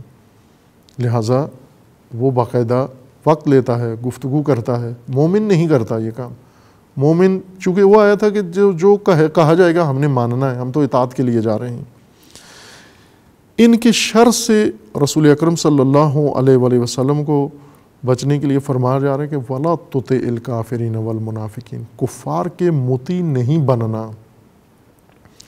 آج کتنی بے شرمی دکھائی ہے ان مسلم ممالک نے کہ اسلامی سرزمین پر، حرمین کی سرزمین پر کفر کے امام کو بلایا ہے، اور اس کی سربراہی میں 50 ملک مل کے بیٹھے ہیں اور اس کے ہاتھ پر بیعت کر کے اور مسلم ملک کے خلاف پلاننگ کی ہے، اور اس میں انہوں نے ایک ہی مسلمان ملک کو ہدف قرار دیا ہے کہ اس کو تنہا کرنا ہے، اس کا محاصرہ کرنا ہے، اس کو ختم کرنا ہے، باقی سب نے اتفاق کرنا ہے کفر کی سربراہی میں بیٹھ کر، جبکہ قرآن کا صریح فرمان ہے وَلَا تُطِعِ الْكَافِرِينَ، اطاعت مت کرو، فرمان مت مانو ان کا، ان سے حکم نہ لو تم، یہ دشمن ہیں تمہارے۔ قرآن چھاپ کے، قرآن پرنٹ کر کے پوری دنیا میں تقسیم کرتے ہیں، یہی قرآن جس کے اندر لکھا ہوا ہے وَلَا تُطِعِ الْكَافِرِينَ، اس قرآن کو چھاپ کے ملینز اور بلینز کی تعداد میں ساری دنیا میں کہیں مفت تقسیم کرتے ہیں، کہیں فروخت کرتے ہیں، اور اپنے آپ کو خادم قرآن و خادم حرمین و خادم مکہ و مدینہ کہتے ہیں۔ یہ خدام حرمین خدمت کفر کی کر رہے ہیں۔ لا تطع الکافرین، کفر کی اطاعت نہیں کرنی، کفر کا مشورہ نہیں ماننا، کفر کا حکم نہیں ماننا، کفر کا فرمان نہیں ماننا، کافر کا ممنوع ہے تمہارے لیے۔ منافقین کی بات نہیں ماننی، اطاعت نہیں کرنی۔ ان اللہ کان علیما حکیما، کیا کرنا ہے؟ وَاتَّبِعْ مَا یوحیٰ اِلَیْکَ، وحی ہے آپ کے پاس، اللہ سے فرمان آ رہا ہے آپ کو وحی کے ذریعے سے، آپ نے فقط ہر مسئلے میں، ہر قدم پر اللہ کے فرمان کو بجا لانے کہ خدا کیا فرما رہا ہے۔ خوب آج بھی آپ یہ دیکھو کہ اللہ کا حکم کیا ہے، قرآن کیا کہہ رہا ہے۔ اگر دو مسلم ممالک میں برفرض اختلاف بھی ہے تو کس کے ذریعے حل کریں؟ وحی کے ذریعے حل کریں۔ وَاتَّبِعْ مَا يُوحَىٰ إِلَيْكَ، وحی کے ذریعے حل کریں اس کو۔ جب دونوں مسلم ہیں تو دونوں آ جائیں اس بات پر کہ اللہ کا کیا فرمان ہے، رسول اللہ کا کیا فرمان ہے، مومنین آ کر اطاعت کریں۔ مومنین کا کام اطاعت خدا ہے۔ وَتَوَكَّلْ عَلَى اللَّهِ وَكَفَىٰ بِاللَّهِ وَكِيلًا۔ ایک یہاں توکل کا اس لیے ذکر ہے کہ اللہ پر بھروسہ کریں اور خدا کافی ہے بھروسے کے لیے، سب سے سہارا، عظیم سہارا، بڑا اور اعتماد کا سہارا اللہ کی ذات ہے۔ چونکہ اگر آپ نہیں مانیں گے منافقین کی بات تو وہ حمایت اپنی چھوڑ دیتے ہیں، اپنی حمایت اٹھا لیتے ہیں کہ ٹھیک ہے اگر ہماری بات نہیں مان رہے ہم ساتھ نہیں ہیں، ہم شریک نہیں ہیں۔ بعض بالکل تو ٹوک کہہ دیتے ہیں کہ اگر ہماری بات مانیں ہم آپ کو فنڈز بھی دیتے ہیں، ہم آپ کو مدد بھی کرتے ہیں، ہم دامیں درمیں سخنے آپ کے ساتھ ہیں اگر ہماری رائے پہ عمل کریں۔ لیکن اگر ہماری رائے نہیں ماننا، ٹھیک ہے آپ خود کریں، اس صورت میں ہمارا تعاون آپ کے ساتھ شامل نہیں ہوگا۔ یہ منافقت ہے۔ منافقین کی دھمکی اہم موقعوں پر اپنی حمایت واپس لینا اور اپنا ساتھ واپس لے لیتے کہ ہم نہیں ساتھ دیتے آپ کا، یعنی عین موقع کے اوپر آ کر تنہا کرتے ہیں، عین موقع کے اوپر آ کر اکیلا چھوڑ دیتے ہیں میدان کے اندر۔ یہیں پر انسان مخمصے میں پھنس جاتا ہے، یہیں پر مصلحتیں بسا اوقات، ورنہ امن و صلح کے دنوں میں تو منافق اپنی رائے نہیں ٹھونس سکتا۔ حساس موقعوں کے اوپر منافق اپنی اطاعت کرواتا ہے، اپنی مرضی منواتا ہے کہ جب ساری قوم مثلاً ایک مشکل میں پڑی ہوئی ہے اور اس کے اوپر کوئی جنگ مسلط ہے، انہیں اپنا دفاع کرنا ہے، ایسے میدان کے اندر وہاں جہاں سامنے دشمن کھڑا ہوا ہے اور پشت پہ منافق کھڑا ہوا ہے، یہیں پر منافق آ کے اپنی بات ٹھونستا ہے کہ میری بات مانو، میں آپ کے ساتھ ہوں آخر تک، جو کہو گے میں آپ کے ہمراہ ہوں۔ لیکن اگر ہماری بات نہیں مانی پھر ہم جا رہے ہیں، ہم ناراض ہیں چونکہ یہاں بات ہی نہیں مانی جاتی، یہاں بات ہی نہیں سنی جاتی، یہاں کوئی ہماری بات کو تسلیم ہی نہیں کرتا، جہاں ہماری بات نہیں مانی جاتی ہم وہاں شامل بھی نہیں ہوتے۔ خوب ایسی صورت میں امت و رہبر امت کیا کریں؟ اللہ تعالیٰ کا فرمانا ہے کہ جب یہ آپ ان کی اطاعت نہیں کرو گے، آپ ان کا مشورہ نہیں مانو گے، تجاویز ان کی نہیں مانو گے، ان کے فیصلے آراء نہیں مانو گے، یہ اپنی حمایت آپ سے واپس لے لیں گے، خوب آپ تنہائی کا احساس ہو جاؤ گے۔ اس صورت میں گھبراہٹ طاری ہوگی آپ پر۔ لہٰذا ممکن ہے کوئی یہ سوچے کہ مصلحت ہے، ٹھیک ہے ابھی یہ جا رہے ہیں، ان کو ساتھ رکھنے کے لیے ہم تھوڑی سی لچک اپنے موقف میں پیدا کر لیں، دین میں گنجائش ہے، دین اتنا بھی سخت نہیں ہے، لا اکراہ فی الدین، یہ ہمارے بھائی ہیں، ٹھیک ہے آج ان کی خاطر ہم تھوڑا سا عقب نشینی کر لیتے ہیں اپنے موقف سے، لیکن کل کو پھر یہ قانے ہو جائیں گے، پھر ہم دوبارہ موقف پہ واپس آ جائیں گے۔ ان کے ساتھ چھوڑنے سے ڈرتے ہیں مومنین، یا ممکن ہے رہبر کے اندر یہ خوف آ جائے، دل کے اندر یہ خوف پیدا ہو کہ یہ جماعت، یہ گروہ، یہ طاقتور گروہ، یہ صاحب اموال و صاحب حیثیت و یہ قبیلہ، یہ پارٹی، یہ جماعت اگر ہم سے دور ہو گئی، ہم اکیلے ہو جائیں گے اور ہم نقصان اٹھائیں گے، بس ان کو بتا دینے کی خاطر ان کو ساتھ رکھ لیں۔ ٹھیک ہے جی آپ کی رائے کے مطابق یہ شق ہم شامل کر دیتے ہیں۔ اللہ کا فرمان ہے کہ نہ، کسی قیمت پر نہیں، یہ ساتھ چھوڑ جاتے ہیں، یہ میدان ترک کر جاتے ہیں، انہیں جانے دو اور اللہ پر بھروسہ کرو۔ چونکہ آپ نے فرمان جب اللہ کا ماننا ہے، اطاعت اللہ کی کرنی ہے، تو وہ بھی یہی کہتے ہیں کہ ٹھیک ہے اللہ کی بات مانیے پھر اللہ سے ہی مدد لو۔ اللہ کا بھی یہی فرمان ہے کہ یہی صحیح بات کرتے ہیں وہ، جب آپ پابند ہو اللہ کی اطاعت کے تو پھر اللہ کی مدد کے بھی پابند ہونا چاہیے آپ کو، پھر بھروسہ بھی اللہ ہی پر کرو۔ انہیں کہو ٹھیک ہے تم جاؤ، ہم فرمان بھی اللہ کا مانیں گے، ہم بھروسہ بھی اللہ پر کریں گے، نہ تمہارا فرمان مانتے ہیں اور نہ تمہارے اوپر بھروسہ کرتے ہیں، اعتماد بھی تمہارے اوپر نہیں کرتے۔ یہی ایمان کی کمزوری ہے کہ انسان شروع ہی کرے لوگوں پر اعتماد کر کے۔ جو لوگوں پر اعتماد کرے، اللہ پر اعتماد نہ کرے، لوگوں پر اعتماد کر کے لوگوں کو اللہ کی راہ میں کبھی بھی نہیں لایا جا سکتا، چونکہ لوگوں کے اندر منافق موجود ہوتے ہیں۔ لوگوں پر بھروسہ کر کے آپ کبھی بھی لوگوں کو اللہ کی طرف نہیں لا سکتے، اللہ پر بھروسہ کر کے لوگوں کو خدا تک لا سکتے ہیں آپ، لوگوں سے بے نیاز ہو کر لوگوں کو اللہ کی طرف لا سکتے ہیں آپ، لوگوں کے محتاج ہو کے کبھی آپ لوگوں کو اللہ کی طرف نہیں لا سکتے۔ کیوں؟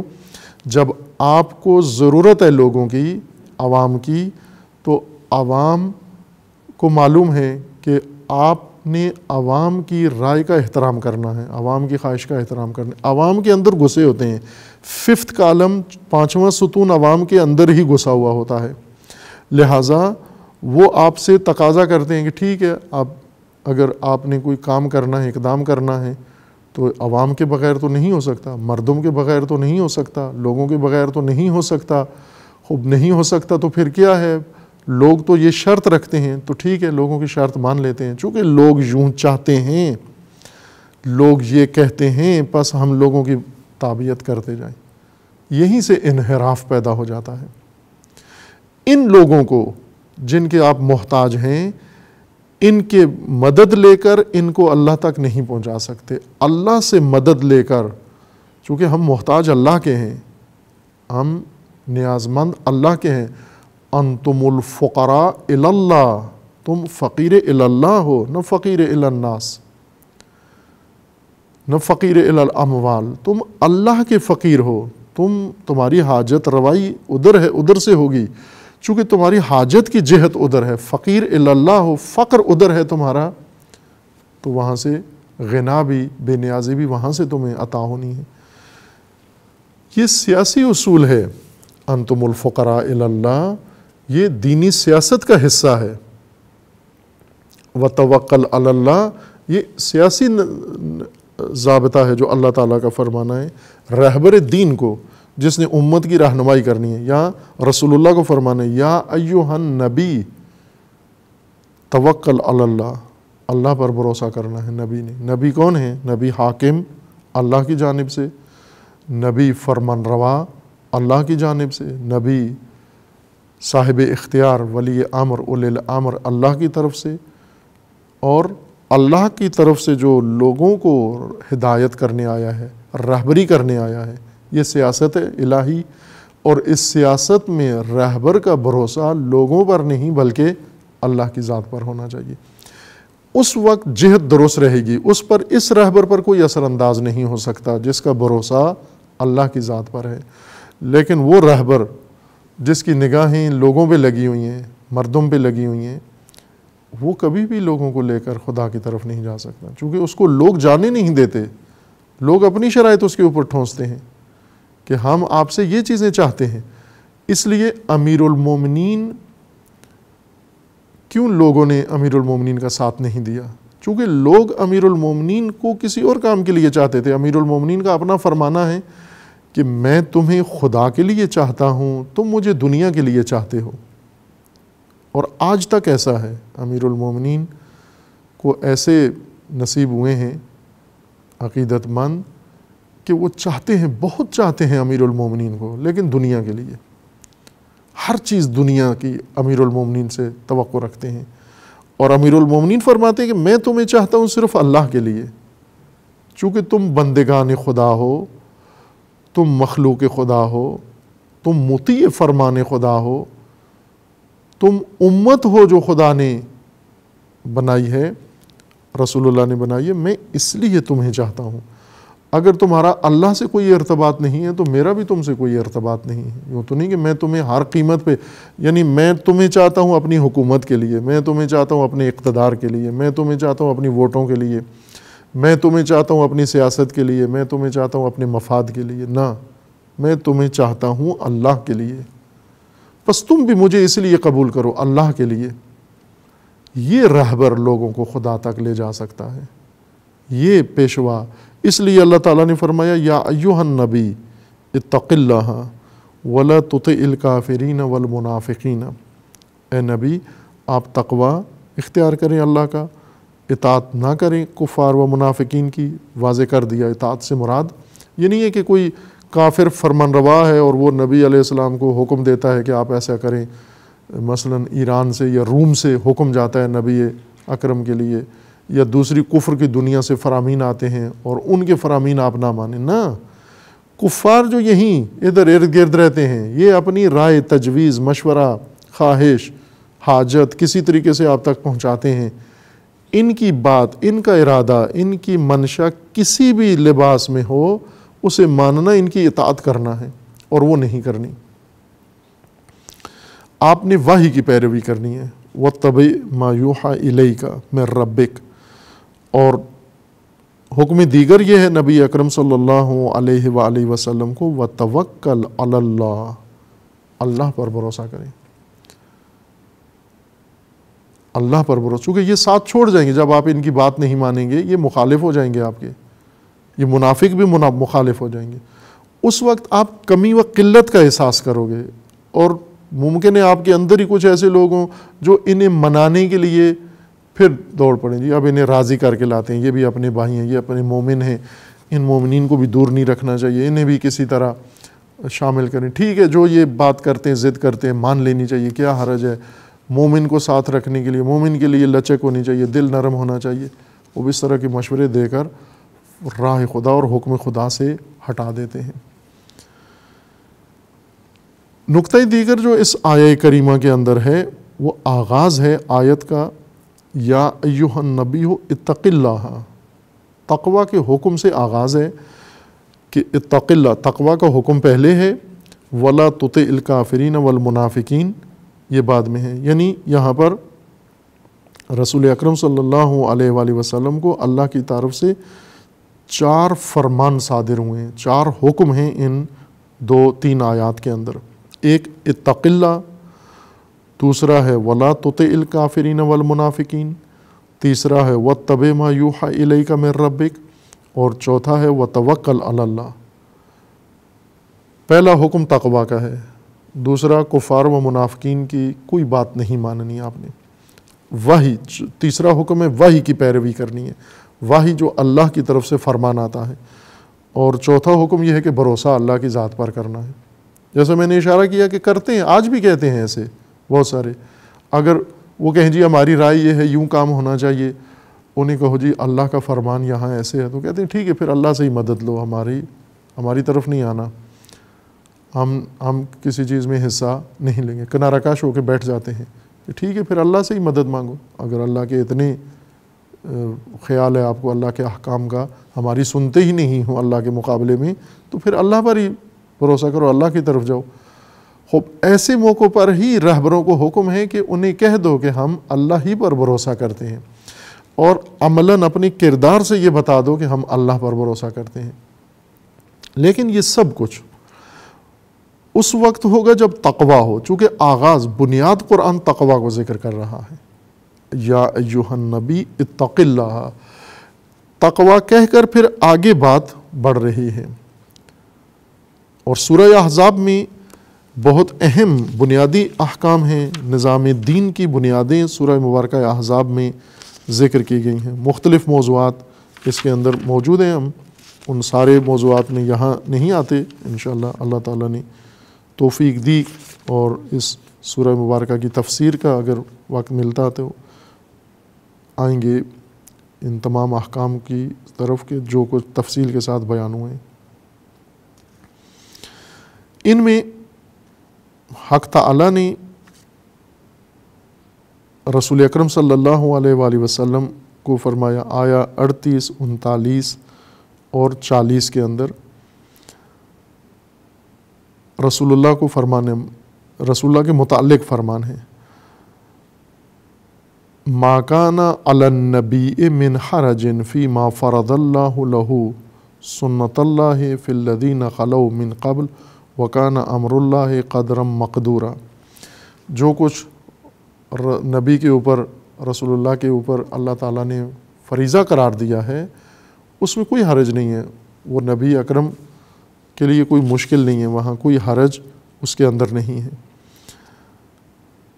الذین فوراً بعد میں یہ قانون خداوند تبارک و تعالیٰ نے عمومی قانون رسول کا، رسول جو منسوب رسول ہیں اللہ کی طرف سے، اور رسول کے جو جانشین ہیں اوصیاء ہیں ان کے لیے، اور وہ جو وارثان رسل ہیں علماء کے لیے، یہ قانون رسالت کا تینوں طبقات کے لیے ہے، رسول منصوب کے لیے، رسول مبعوث کے لیے، رسل کے نائبین کے لیے، جانشینوں کے لیے، اوصیاء کے لیے، اور رسل کے وارثان کے لیے کہ العلماء ورثۃ الانبیاء۔ ساتھ اس حدیث شریف میں ہے کہ انبیاء وہ درہم و دینار وراثت نہیں چھوڑتے، انبیاء علم وراثت میں چھوڑتے ہیں، اور ان کی وراثت حامل کرنے والے علماء ہیں، العلماء ورثۃ الانبیاء۔ ان کے لیے قانون ہے، یہ عمومی قانون ہے، وہ یہ ہے کہ الذین یبلغون رسالات اللہ ویخشونہ، جو مبلغ رسالت خدا ہیں اور خشیت خدا بھی رکھتے ہیں، یہ شرط ہے ساتھ، جو مبلغ رسالات الہیہ ہیں، یعنی جو پیغام خدا لوگوں تک پہنچاتے ہیں، نہ جو تقریریں کرتے ہیں، جو خطابت کرتے ہیں، وہ ان کی بات نہیں ہو رہی پیشہ وروں کی، جو اللہ کا پیغام لوگوں تک پہنچاتے ہیں ان کی بات ہو رہی ہے۔ جو بھی تقریریں کرتے ہیں، ممبروں پہ بیٹھتے ہیں، وہ نہیں ہے موضوع۔ مبلغین پیغام خدا، رسالات یعنی پیغام، رسالت پیغام کو کہتے ہیں۔ الذین یبلغون رسالات اللہ، جو پیغام خدا کا پہنچاتے ہیں، وَيَخْشَوْنَهُ، اور خشیت رکھتے ہیں اللہ کی۔ خشیت یعنی پرواہ کرتے ہیں، جن کی پرواہ ہے، جن کے اندر شدید پرواہ ہے اللہ کی۔ وَلَا يَخْشَوْنَ أَحَدًا إِلَّا اللَّهُ، اور اللہ کے علاوہ کسی کی پرواہ نہیں ہے۔ اگر پرواہ ہے تو فقط خدا کی ہے، اللہ کے علاوہ کسی کی پرواہ نہیں ہے۔ ان کے متعلق اللہ تعالیٰ کا فرمانا ہے وَكَفَى بِاللَّهِ حَسِيبًا، ان کے لیے خدا کافی ہے۔ جو اللہ کی رسالات بجا لاتے ہیں، ان کی خصوصیت یہ ہے کہ یہ فقط خدا سے ڈرتے ہیں اور اللہ کے علاوہ کسی کی پرواہ نہیں کرتے، اور خدا کافی ہے ان کے لیے۔ یہ اس سورہ مبارکہ میں بیان فرمایا آیا 38 میں۔ اس کے بعد چند آیات کے بعد بیچ میں چند احکام اور ذکر ہوئے ہیں، انہیں میں ذکر نہیں کرتا یہاں۔ آیا 48 میں اللہ تعالیٰ کا فرمان ہے۔ اب یہاں یا ایھا النبی نہیں ہے، چونکہ اوپر پہلے صدر آیت میں جہاں سے یہ سیاق شروع ہو رہا ہے وہاں شروع ہو رہا ہے۔ آیا 45 میں یا ایھا النبی سے خطاب ہوتا ہے، آیا 48 میں نہیں ہے، لیکن بات وہی تکرار ہو، یہ جو آیا اول میں ہے۔ یا ایھا النبی، آیا 45 سورہ احزاب، یا ایھا النبی انا ارسلناک شاہدا ومبشرا ونذیرا وداعیا الی اللہ باذنہ وسراجا منیرا، یعنی رسول اللہ کی حیثیتیں بیان فرما رہے ہیں کہ ہم کس حیثیت کے ساتھ، کس عنوان کے ساتھ آپ کو مبعوث کر رہے ہیں، آپ کو ارسال کر رہے ہیں۔ یعنی یہ در حقیقت مأموریتیں ہیں، یہ فرائض ہیں۔ اس سے پہلے ہے کہ رسول اللہ کے جو فرائض ہیں ان میں کوئی حرج نہیں ہے، رسول اللہ اپنے فرض کی ادائیگی کریں، کوئی روک، کوئی ممانعت، کوئی محظور نہیں ہے، بلکہ رسول اللہ پابند ہے اپنے فرائض بجا لانے پر۔ وہ فرائض کیا ہیں؟ وہ یہ ہیں یا ایھا النبی انا ارسلناک شاہدا، یہ پہلا فریضہ، پہلی ذمہ داری آپ کی کہ آپ شاہد مبعوث ہو رہے ہیں امت کے۔ وہ مبشر، تبشیر آپ کا دوسرا کام ہے۔ وہ نذیرا، انذار آپ کا تیسرا کام ہے۔ وہ داعین، اور آپ داعی الی اللہ ہیں، دعوت دینے والے ہیں اللہ کی جانب، باذنہ، و داعیا الی اللہ باذنہ، یہ آپ کی چوتھی حیثیت ہے۔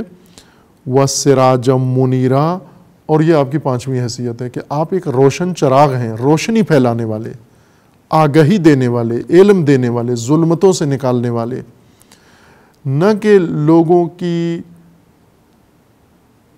سادگی سے، لوگوں کی بے شعوری سے فائدہ اٹھانے والے، نہ، بے شعوری کو شعور میں بدلنے والے۔ سراج منیر، روشن چراغ، یعنی جہاں ظلمت جہالت ہے، جہاں ظلمت حماقت ہے، جہاں ظلمت بے شعوری ہے، جہاں ظلمت غفلت ہے، جہاں ظلمت کم عقلی ہے، وہاں جا کر آپ نے روشنی پھیلانی ہے، روشنی عقل کی، روشنی دین کی، روشنی آگہی کی اور روشنی بیداری کی آپ نے پھیلانی ہے۔ پہلے روشن کرنا ہے لوگوں کو، نہ کہ اسی ظلمت میں رہتے ہوئے، ظلمت میں ڈوبے ہوئے لوگوں کو کسی نہ کسی طریقے سے ان کی کمزوریوں سے فائدہ اٹھا کے آپ لے آئیں راہ خدا پر۔ یہ نہیں کام آپ کا، انہیں آگاہ کر کے، ان کی ظلمتیں برطرف کر کے ان کو اللہ کی راہ پر لانا ہے۔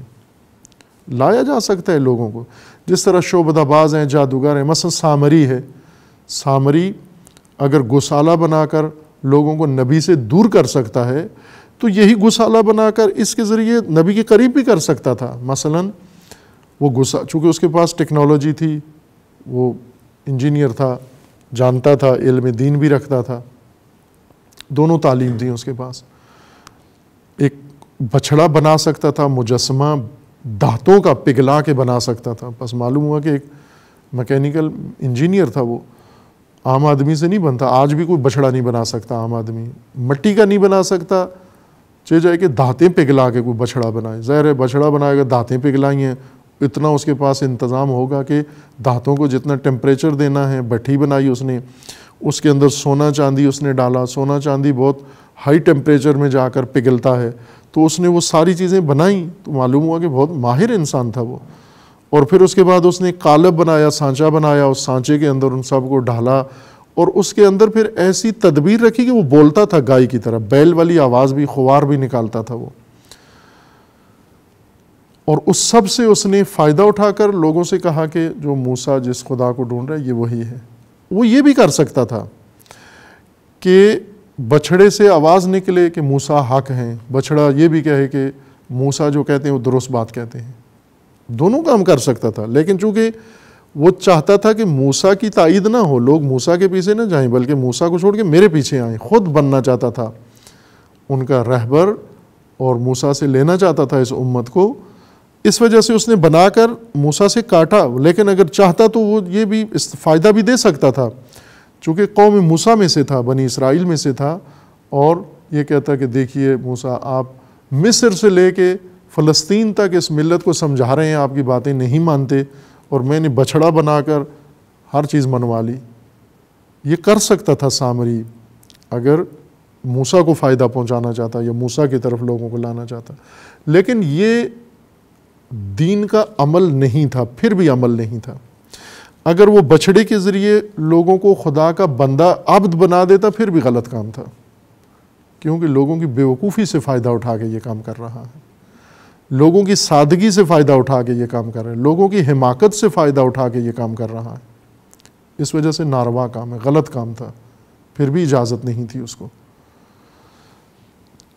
کس طرح سے آپ نے اے نبی آپ نے ہدایت پھیلانی ہے؟ سراجم منیرا، روشنی کر پھیلا کے، روشن کر کے، آگاہ کر کے، بے وقوفی، جہالت، ظلمت، نادانی دور کر کے، پھر اس کے بعد اس کو اللہ کی طرف لے کر آنا ہے۔ بس یہ حیثیتیں ہیں رسول اللہ صلی اللہ علیہ وآلہ وسلم کی۔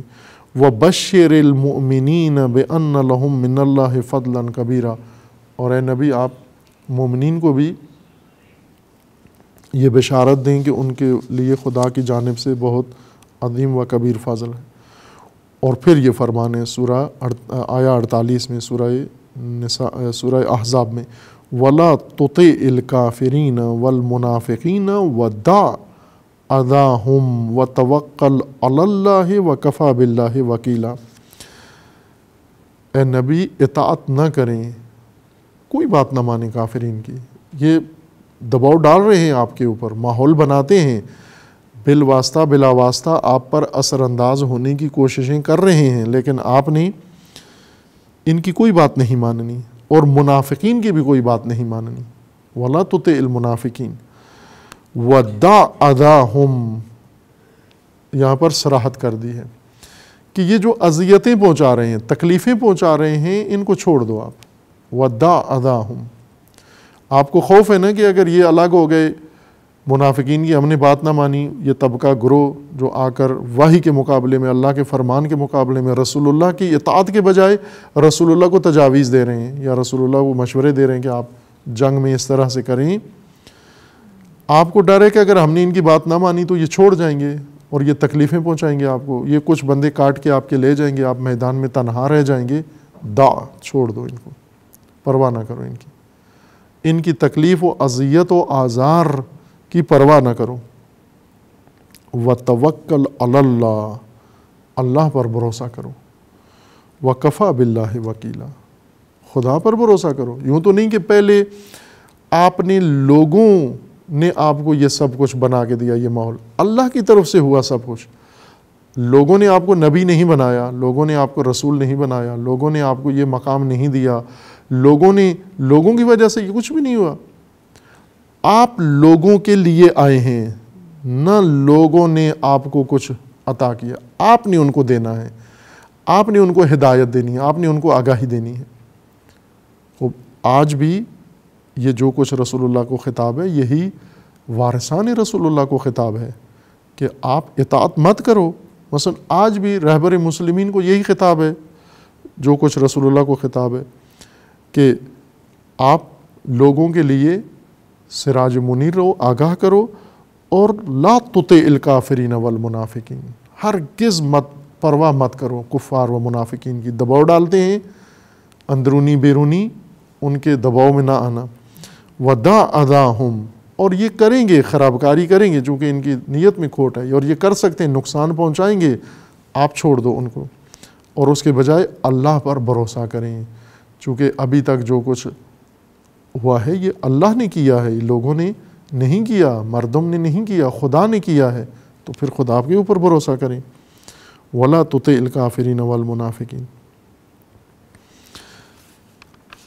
اب یہ جو مرحلہ ہے کہ ہم نے کفار کی اطاعت بھی نہیں کرنی، منافقین کی اطاعت بھی نہیں کرنی، جو خواہاں ہیں اپنی مرضی اپنی رائے ٹھونسنے کے، ان کے اندر یہ خواہش ہے، یہ رغبت ہے ان کے اندر، مومنین کی بھی نہیں کرنی۔ یوں نہیں کہ مومنین کی اطاعت کرنی ہے، رسول اللہ نے، رسول اللہ کے لیے اجازت نہیں رسول اللہ کو کہ آپ کسی طبقے کی، مومنین کی بھی حتی اطاعت کریں، لیکن مومنین کا ذکر اس لیے نہیں ہے کہ مومن یہ کام کرتے نہیں ہیں، مومن باادب ہیں، مومن رسول کی اطاعت کرتے ہیں، رسول سے اطاعت کرواتے نہیں ہیں، رسول اللہ پر اپنی چیزیں آ کر مسلط نہیں کرتے، رسول اللہ سے لیتے ہیں احکام، لوگوں کو پہنچاتے ہیں، اور مومنین رسول اللہ کے فرمان مانتے ہیں۔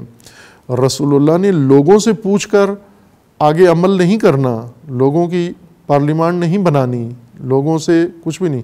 اللہ کا حکم ہے مشاورت کا، شاورہم فی الامر، وہ اپنی جگہ ہے، وہ بھی دستور خدا ہے، اگر اس طرح بھی رسول اللہ کرے تو بھی لوگوں کی پیروی نہیں ہے، یہ اللہ کی پیروی ہے، چونکہ اللہ کا حکم ہے کہ آپ ان کو مشاورت میں شریک رکھیں، آپ ان سے مشاورت میں شریک رہیں، لیکن فرمان اللہ کا ماننا ہے اور منوانا ہے، ان سے بھی جو حکم اللہ کی طرف سے آئے گا آپ نے اس کی پیروی کرنی ہے۔ یہ سب کب ہو سکتا ہے کہ بھروسہ فقط اللہ کی ذات پر ہو، پرواہ نہ کریں، پریشر گروپوں کی پرواہ نہ کریں، سیکولر گروہوں کی پرواہ نہ کریں، انکار کرنے والوں کی پرواہ نہ کریں، مشروط حمایت کرنے والوں کی پرواہ نہ کریں، بے دین طبقات کی پرواہ نہ کریں، ستون پنجم کی پرواہ نہ کریں، کسی کی بھی دباؤ میں نہ آئیں۔ یہ کیسے ممکن ہے؟ ہو سکتا ہے آج کوئی شخص یہ دعویٰ کر سکتا ہے کہ یہ ہو سکتا ہے، اللہ کا فرمان ہے، ہو سکتا ہے، لیکن یہ سب کچھ ہوگا تقویٰ کے ذریعے۔ اصل کلید تقویٰ ہے۔ جیسا ان موضوعات کے ساتھ ساتھ اشارہ بھی ہوتا ہے کہ معارف قرآن سے ہم دور ہیں، قرآن پڑھنے کے باوجود دور ہیں، اور قرآن حفظ کے باوجود دور ہیں، قرآن تفسیروں کے باوجود قرآن سے دور ہیں، اور معارف قرآن روشن نہیں ہمارے لیے، ہماری اپنی آمادگی کا میں، اس وجہ سے کہ یہ معارف ہم نے قرآن کی اصطلاحات قرآن سے نہیں پوچھیں، ہم نے علوم میں جا کر پڑھا ہے تقویٰ کیا ہے۔ مثلا پہلے علم اخلاق پڑھا ہے، علم اخلاق نے تقویٰ کی وضاحت کی ہے، پھر وہ وضاحت لے کر قرآن کے پاس آئے ہیں، تقویٰ یہ ہوتا ہے۔ لہٰذا جہاں بھی تقویٰ کی بات آئی ہے، علم اخلاق نے بتایا پرہیز کرنا۔ تقویٰ کس چیز کا نام ہے؟ پرہیز کرو۔ متقی یعنی پرہیزگار، جو پرہیز کرتا ہے۔ اگر متقی ہم علم اخلاق میں پڑھیں اور علم اخلاق ہمیں بتائے تقویٰ پرہیز کا نام ہے، اور متقی پرہیزگار کا نام ہے، تو پھر تو قرآن کی بات سمجھ میں نہیں آئے گی۔ معرف قرآن ہمارے ذہن میں، چونکہ ہم قرآن میں جہاں جہاں تقویٰ آئے گا پرہیز لکھتے جائیں گے، وہاں پر پرہیزگار ترجمے دیکھیں آپ، تفسیریں دیکھیں، سب میں یہی لکھا ہوا ہے پرہیزگار۔ چونکہ ہم نے تقویٰ قرآن سے نہیں لیا، ہم نے تقویٰ علم اخلاق سے لیا ہے۔ علم اخلاق نے اپنے لیے جو تقویٰ وضاحت کی ہے خوب ہے، یوں نہیں کہ جو علم اخلاق نے تقویٰ کی وضاحت کی وہ غلط ہے۔ علم اخلاق کے اندر وہ وضاحت ٹھیک ہے، لیکن قرآن کا تقویٰ جب آپ نے سمجھنا ہے تو قرآن سے پوچھنا ہے تقویٰ کیا ہے۔ قرآن مجید نے وضاحت کرنی ہے تقویٰ کیا ہے، حقیقت تقویٰ کیا ہے۔ تقویٰ کا لفظ لغت میں بھی پرہیز کے معنی میں نہیں ہے، حفاظت کے معنی میں ہے۔ تقویٰ وقا وقایا حفاظت کے لیے ہے، حفظ و حفاظت کرنا، یعنی حفاظت بچانا، محفوظ کرنا خطرات سے، دشمنوں سے، اور ان تمام آفات سے جو کسی چیز کو ختم کر سکتی ہیں، نقصان دے سکتی ہیں، ان تمام امور سے بچانا، یہ تقویٰ ہے۔ اصطلاح قرآن بھی اسی بات پر قائم ہے۔ تقویٰ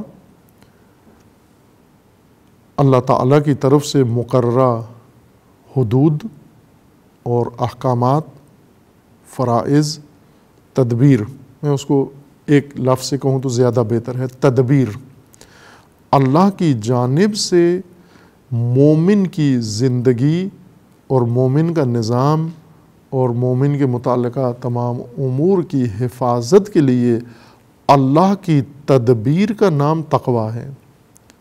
جو کچھ خداوند تبارک و تعالیٰ نے ہدایت فرمائی ہے، جن کاموں سے روکا ہے یا جن چیزوں کا حکم دیا ہے، یہ سب وہی حفاظتی تدبیر ہے اللہ کی، یہی تقویٰ ہے خداوند تبارک و تعالیٰ کا۔ تقویٰ سے سب کچھ ہو جائے گا۔ پہلے آپ تقویٰ کے دامن میں آئیں، پہلے تقویٰ اپنائیں، پہلے اللہ کی حفاظتی تدبیر کو اپنائیں، اس کے بعد یہ سب ممکن ہے۔ یہ تقویٰ کے سارے نتیجے و ثمرات ہیں۔ بغیر تقویٰ کے اگر آپ نے کوئی دین کے نام پہ کوئی قائم کر بھی لی، کوئی مثلا تقویٰ کے بغیر مسجد بنا لی، ضرار ہو جائے گی۔ تقویٰ کے بغیر مدرسہ بنا لیا، ضرار ہو جائے گا، دینی مدرسہ بنا لیا۔ تقویٰ کے بغیر کتاب لکھ لی، ضرار، کتاب ضرار ہے۔ تقویٰ کے بغیر عالم بن گئے، عالم ضرار ہے۔ تقویٰ کے بغیر کچھ بھی کیا، یہ ضرر ہے، یہ ضرار ہے۔ سورہ توبہ میں خداوند تبارک و تعالیٰ نے بتایا کہ تقویٰ کی بنیاد نہ ہو اگر، تو جو عمارت قائم ہوگی، مقدس ترین عمارت دین کے اندر مسجد ہے، اور جو مسجد بھی تقویٰ کے بغیر بناتا ہے، قرآن اسے قبول نہیں کرتا، دین اسے کہتا ہے یہ ضرار ہے، گرا دو اس کو، فساد ہے اس کے اندر، یہ تقویت کفر کے لیے ہے، یہ ملت کے اندر نقصان کے لیے ہے۔ اور آج ہم دیکھیں مساجد سے اٹھنے والے فتنے، بعض مساجد سے اٹھنے والے فتنے، بعض مساجد میں ہونے والے گمراہیاں، بعض مساجد میں سے نکلنے والی آوازیں کس قدر امت کے لیے مضر ہیں، کس قدر غلط ہیں، کس قدر تباہ کن ہیں۔ کیوں ان مساجد کے اندر یہ کام ہو رہا ہے؟ یا مسجد کی بنیاد میں تقویٰ کم تھا، نہیں تھا، یا مسجد کے بانیوں میں تقویٰ تھا، لیکن آج جو ممبر پہ بیٹھا ہوا ہے وہ گلا، جس سے یہ امت کے اندر تفرقے کی آوازیں نکل رہی ہیں، امت کے اندر نفرت کی آوازیں نکل رہی ہیں، امت کو ایک دوسرے کے ساتھ لڑانے کی آوازیں نکل رہی ہیں، وہ یہ تقویٰ نہیں، اس کے علم کی بنیاد تقویٰ نہیں۔ وہ مدرسے میں تقویٰ نہیں تھا جس میں پڑھا ہے اس نے، اس معلم میں تقویٰ نہیں تھا، اس کتاب میں تقویٰ نہیں تھا جو پڑھی ہے اس نے۔ یقیناً تقویٰ ترک ہوا ہے، جس وجہ سے یہ مسجد ضرار، یہ عالم ضرار، یہ قلم ضرار، یہ ممبر ضرار، یہ مجلس ضرار، یہ ساری چیزیں ضرر اور ضرار بن گئی ہیں تقویٰ کے بغیر۔ اور اب جب کہ رسول اللہ صلی اللہ علیہ وآلہ وسلم کو جنگی و سیاسی اقدامات، جنگی میدان میں اور سیاست کے میدان میں رسول اللہ کو اللہ کی طرف سے رہنمائی آئی ہے. یہ نماز کے بارے میں نہیں ہے کہ نماز نہ پڑھیں آپ کفار کے پیچھے، منافقین کے پیچھے، نہ، جنگی فیصلوں میں اور سیاسی فیصلوں میں کافرین و منافقین کی اتباع نہیں کرنی. یعنی سیاسی اصول بتائے جا رہے ہیں، حکومتی ضابطے بتائے جا رہے ہیں. بے حیثیت پیشوا نبی ہیں آپ، اور آپ نے وحی کی پیروی کرنی ہے، آئین خدا کی پیروی کرنی ہے، ان پریشر گروپوں کے تابع نہیں ہونا. یہ کس طرح سے ہوگا؟ تقوی سے ہوگا. تقوی الہی سیاست کرواتا ہے، تقوی اللہ کی راہ میں جنگ کرواتا ہے، تقوی انسان سے سب کچھ کرواتا ہے. اس لیے پہلا حکم تقوی ہے، یا ایھا النبی اتق اللہ. عربی زبان میں تقوی اسی حفاظت کے معنی میں ہے. ہر وہ چیز عربی اس کے لیے یہی لفظ استعمال کرتے ہیں عربی زبان میں، پرانی عربی ہو جدید عربی ہو، اس کے اندر وقایا حفاظت کے لیے ہوتا ہے، نہ پرہیز کے لیے، بچنے کے لیے نہیں ہوتا. حفاظت کے لیے ہوتا ہے کہ آپ تحفظ دیں، محفوظ کریں، خطرے سے، شر سے، حملے سے محفوظ کریں. جیسے ڈھال، جنگجو کے ہاتھ میں ڈھال ہوتی ہے، اسے بھی وقایا کہتے ہیں. گھوڑے کے اوپر زین ہوتی ہے، اسے بھی وقایا کہتے ہیں عرب. نہ ہر زین کو، وہ زین جو گھوڑے کی پیٹھ کو محفوظ رکھے، بچت دے اس کو. اور مثلا اگر گھوڑوں کے اوپر زین نہ رکھیں، بعض کرتے ہیں یہ کپڑے ڈال دیتے ہیں، مثلا گھوڑے کے اوپر بہت سارے کپڑے ڈال دیے اور پھر اس کے کپڑے کے اوپر بیٹھے. یہ کپڑا گھوڑے کی پیٹھ کو زخمی کر دیتا ہے.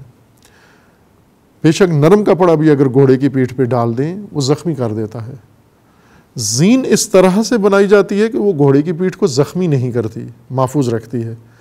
اس لیے وہ زین جو کوئی ماہر بناتا ہے اور اس میں گھوڑے کی زین پیٹھ محفوظ ہوتی ہے، اسے بھی وقایا کہتے ہیں. یا مثلا سم، گھوڑوں کا سم جو ان کے پاؤں کو اس کے نیچے نال لگتا ہے، لوہے کا ایک گول دائرہ یا نیم دائرہ نال گھوڑے کے پاؤں کے نیچے لگاتے ہیں، جو گھوڑے کے سم کو بچاتا ہے، زخمی ہونے سے بچاتا ہے اس کو. پرہیز نہیں ہے بلکہ حفاظت ہے. اس کے پاؤں کی حفاظت کے لیے وقایا، اس کی پیٹھ کی حفاظت کے لیے وقایا. چونکہ گھوڑے نے خطرے میں جانا ہے، گھوڑے نے جنگ کرنی ہے، گھوڑے نے جنگجو اٹھانا ہے، گھوڑے نے میدان میں جانا ہے، دوڑنا ہے، اور خطرات ہیں اس کے پاؤں کے لیے، خطرات ہیں. اس نے پتھریلی زمین میں جانا ہے، سنگلاخ زمین میں جانا ہے، اس نے کانٹوں خاردار زمین میں جانا ہے، اس کے لیے خطرہ ہے. اسی لیے اس کے اوپر شخص نے بیٹھنا ہے اور ممکن ہے سارا دن اس کے اوپر سواری لیتا رہے تو اس کی پیٹھ زخمی ہو جائے گی، اسے بچانا ہے. اور گھوڑے کے اوپر بیٹھا ہوا جنگجو، اس کے پاس بھی وقایا ہو کہ وہ خود اپنی آپ کو محفوظ رکھے، تحفظ دے. اس تحفظ کے لیے وقایا استعمال کرتا ہے، ڈھال و سپر استعمال کرتا ہے. اللہ تعالیٰ نے انسانی حیات کے لیے اس اصطلاح کو استعمال کیا ہے کہ زندگی انسان خطرات میں ہے، آفات میں ہے، اور دنیاوی زندگی اور اخروی زندگی دونوں طرف خطرات ہیں. انسان کو ایسے ہی پرخطر نظام میں پیدا کیا جہاں خطرات ہیں. ملائکہ کی طرح نہیں ہے کہ کسی قسم کا کوئی خطرہ ملائکہ کو درپیش نہیں ہے. ملائکہ کو تقوی اختیار کرنے کی ضرورت نہیں ہے، چونکہ خطرے میں نہیں ہے. انسان خطرے میں ہے، انسان آفات کی زد میں ہے. اس لیے انسان کے لیے تقوی مقرر کیا. تقوی یعنی وہ اختیاری عمل، اختیاری سوچ، اختیاری راستہ، وہ تدبیر جس پر انسان تباہی اور ہلاکت سے محفوظ رہے گا. پس پہلے آپ یہ اپنائیں، تقوی اپنائیں. تقوی کس چیز کا نام ہو گیا؟ تقوی اس نظریے کا نام ہے جو انسان کو تمام گمراہیوں سے محفوظ رکھے، چونکہ حفاظت کا نام تقوی ہے، جو تمام گمراہیوں سے، وسوسوں سے انسان کو محفوظ رکھے. یہ تقوی ہے. عالم با تقوی وہ نہیں ہے جو نمازیں زیادہ پڑھتا ہے. عالم با تقوی وہ ہے جس کے ذہن میں شبہات نہیں ہیں، جو یقین رکھتا ہے، گمان نہیں ہے، ظنون کا پیروکار نہیں ہے. تخرص نہیں کرتا، اندازے اور تخمینوں پہ نہیں جا رہا. جو عالم دین اندازے لگائے ہوئے ہیں، اس نے تخمینے لگائے ہوئے ہیں، تک ماری ہوئی ہے، اس نے یقین نہیں ہے، دلیل نہیں ہے، ثبوت نہیں ہے، برہان نہیں ہے اس کے پاس، یہ عالم بے تقویٰ ہے. کیوں کہ اس کے علم کو خطرہ ہے، زوال کا خطرہ ہے. کیوں؟ گمان ہے، ظنون ہے. محفوظ وہ ہے جس کو یقین کی بنیاد فراہم ہے. بس یقین تقویٰ ہو جائے گا علم کے لیے، کیونکہ یقین محفوظ رکھتا ہے اس کو. اسی طرح ارادہ، پختہ ارادہ تقویٰ ہے. اگر آپ نے ایک فیصلہ کیا، نیت کی، نیت کر کے بعد میں بدل دی، کسی اچھے کام کی نیت کر کے بدل دی، یہ ارادے کی کمزوری، یہ بے تقویت ہے، یہ تقویٰ نہیں ہے. تقویٰ یہ کہ جب عزم کیا ہے پختہ، قائم رہو اس کے اوپر. استقامت تقویٰ ہے، حفاظت اس کے اندر ہے، محفوظ انسان اس میں رہتا ہے. خداوند تبارک و تعالیٰ نے جو اصول انسان کے لیے طے کیے، مقرر کیے ہیں، یہ تقویٰ ہے انسان کے لیے. سیاست میں تقویٰ ہے.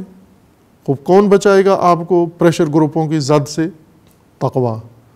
تقویٰ بصیرت، تقویٰ عزم، تقویٰ استقامت، تقویٰ اللہ کی ذات پہ بھروسہ، تقویٰ ایک واضح و شفاف آئیڈیالوجی، یقین ہو. مثلا رسول اللہ کا تقویٰ کیا ہے؟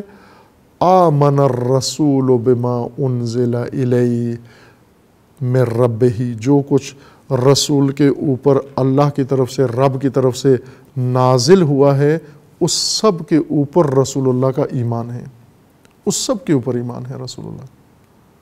ایک چیز بھی ایسی نہیں ہے جس کے اوپر ایمان نہ ہو.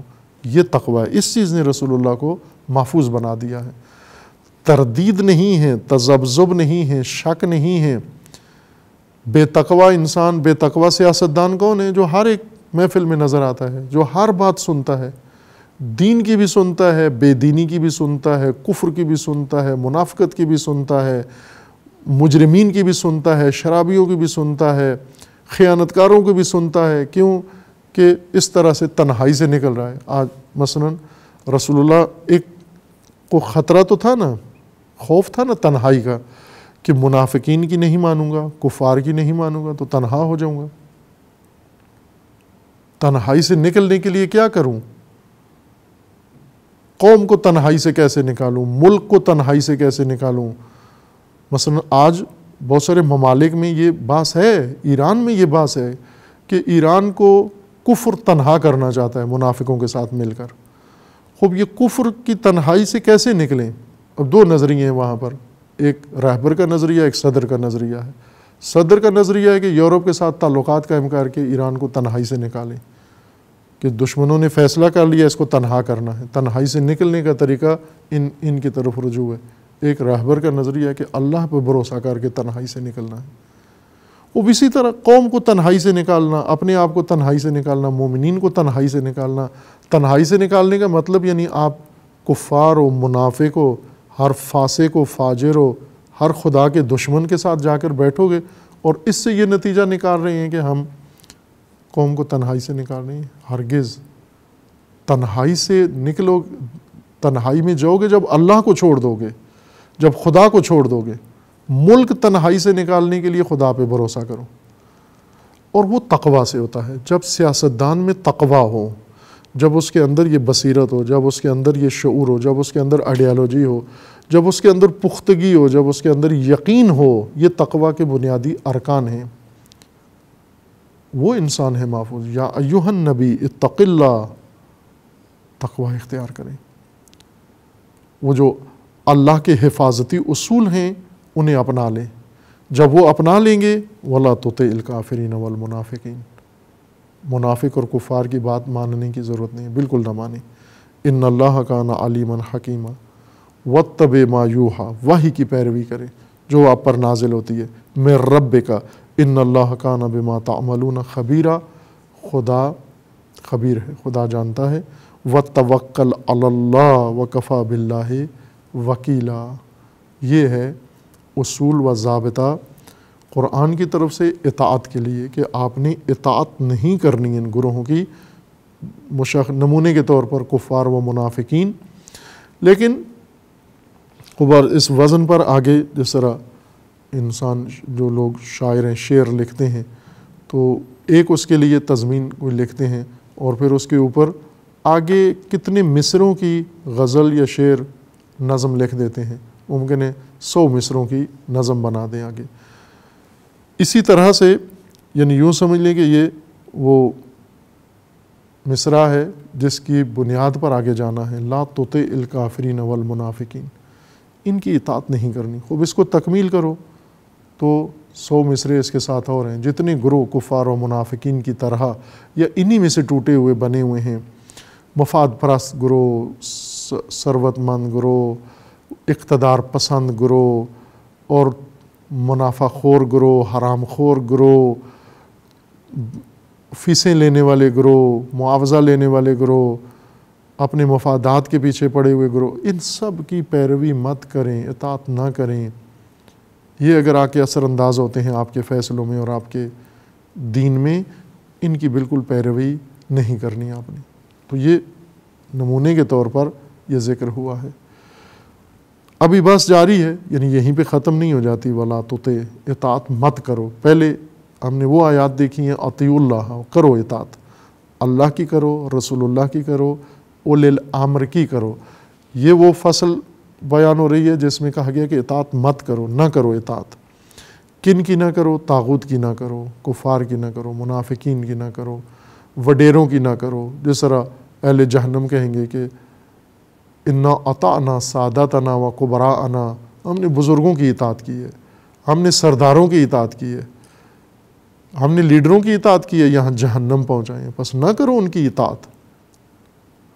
یہ ذکر کرنا اہل جہنم کی زبان سے کہ ہم نے وڈیروں بزرگوں کی اطاعت کی ہے، جہنم آ گئے ہیں، یہ مخاطبین قرآن کو، مومنین کو بتایا جا رہا ہے کہ جو بھی یہ تکرار کرے گا، جو بھی سرداروں اور قبراء، وڈیروں کی اور بزرگوں کی اطاعت کرے گا، قومی بزرگ، ثقافتی بزرگ، یعنی جو اللہ کا فرمان نہیں سناتے اور تہذیب، آبائی تہذیب ہے، علاقائی تہذیب ہے، غربی تہذیب ہے، فلاں تہذیب ہے، جو بھی اللہ کے فرمان کے علاوہ جو بزرگ ہیں، یہ بزرگ جو خدا کے نظام سے باہر ہیں. ورنہ وہ علماء، وہ بزرگان جو اللہ کا حکم بتاتے ہیں، ان کا تو پہلے سے حکم گزر گیا ہے کہ اطیعوا اللہ و اطیعوا الرسول و اولی الامر منکم. ان کا فرمان مانو، چونکہ یہ اللہ کا فرمان ہے، یہ رسول اللہ کا فرمان ہے اور یہ اولی الامر کا فرمان ہے. اگر یہ اللہ، رسول اور اولی الامر کا فرمان پہنچا رہے ہیں پھر مانو ان کی بات. لیکن اگر یہ اللہ کے فرمان کے مقابلے میں کوئی فرمان رکھتے ہیں پھر مت مانو ان کی بات. ابھی بات جاری ہے، باقی بعد میں انشاءاللہ. صلی اللہ علی محمد.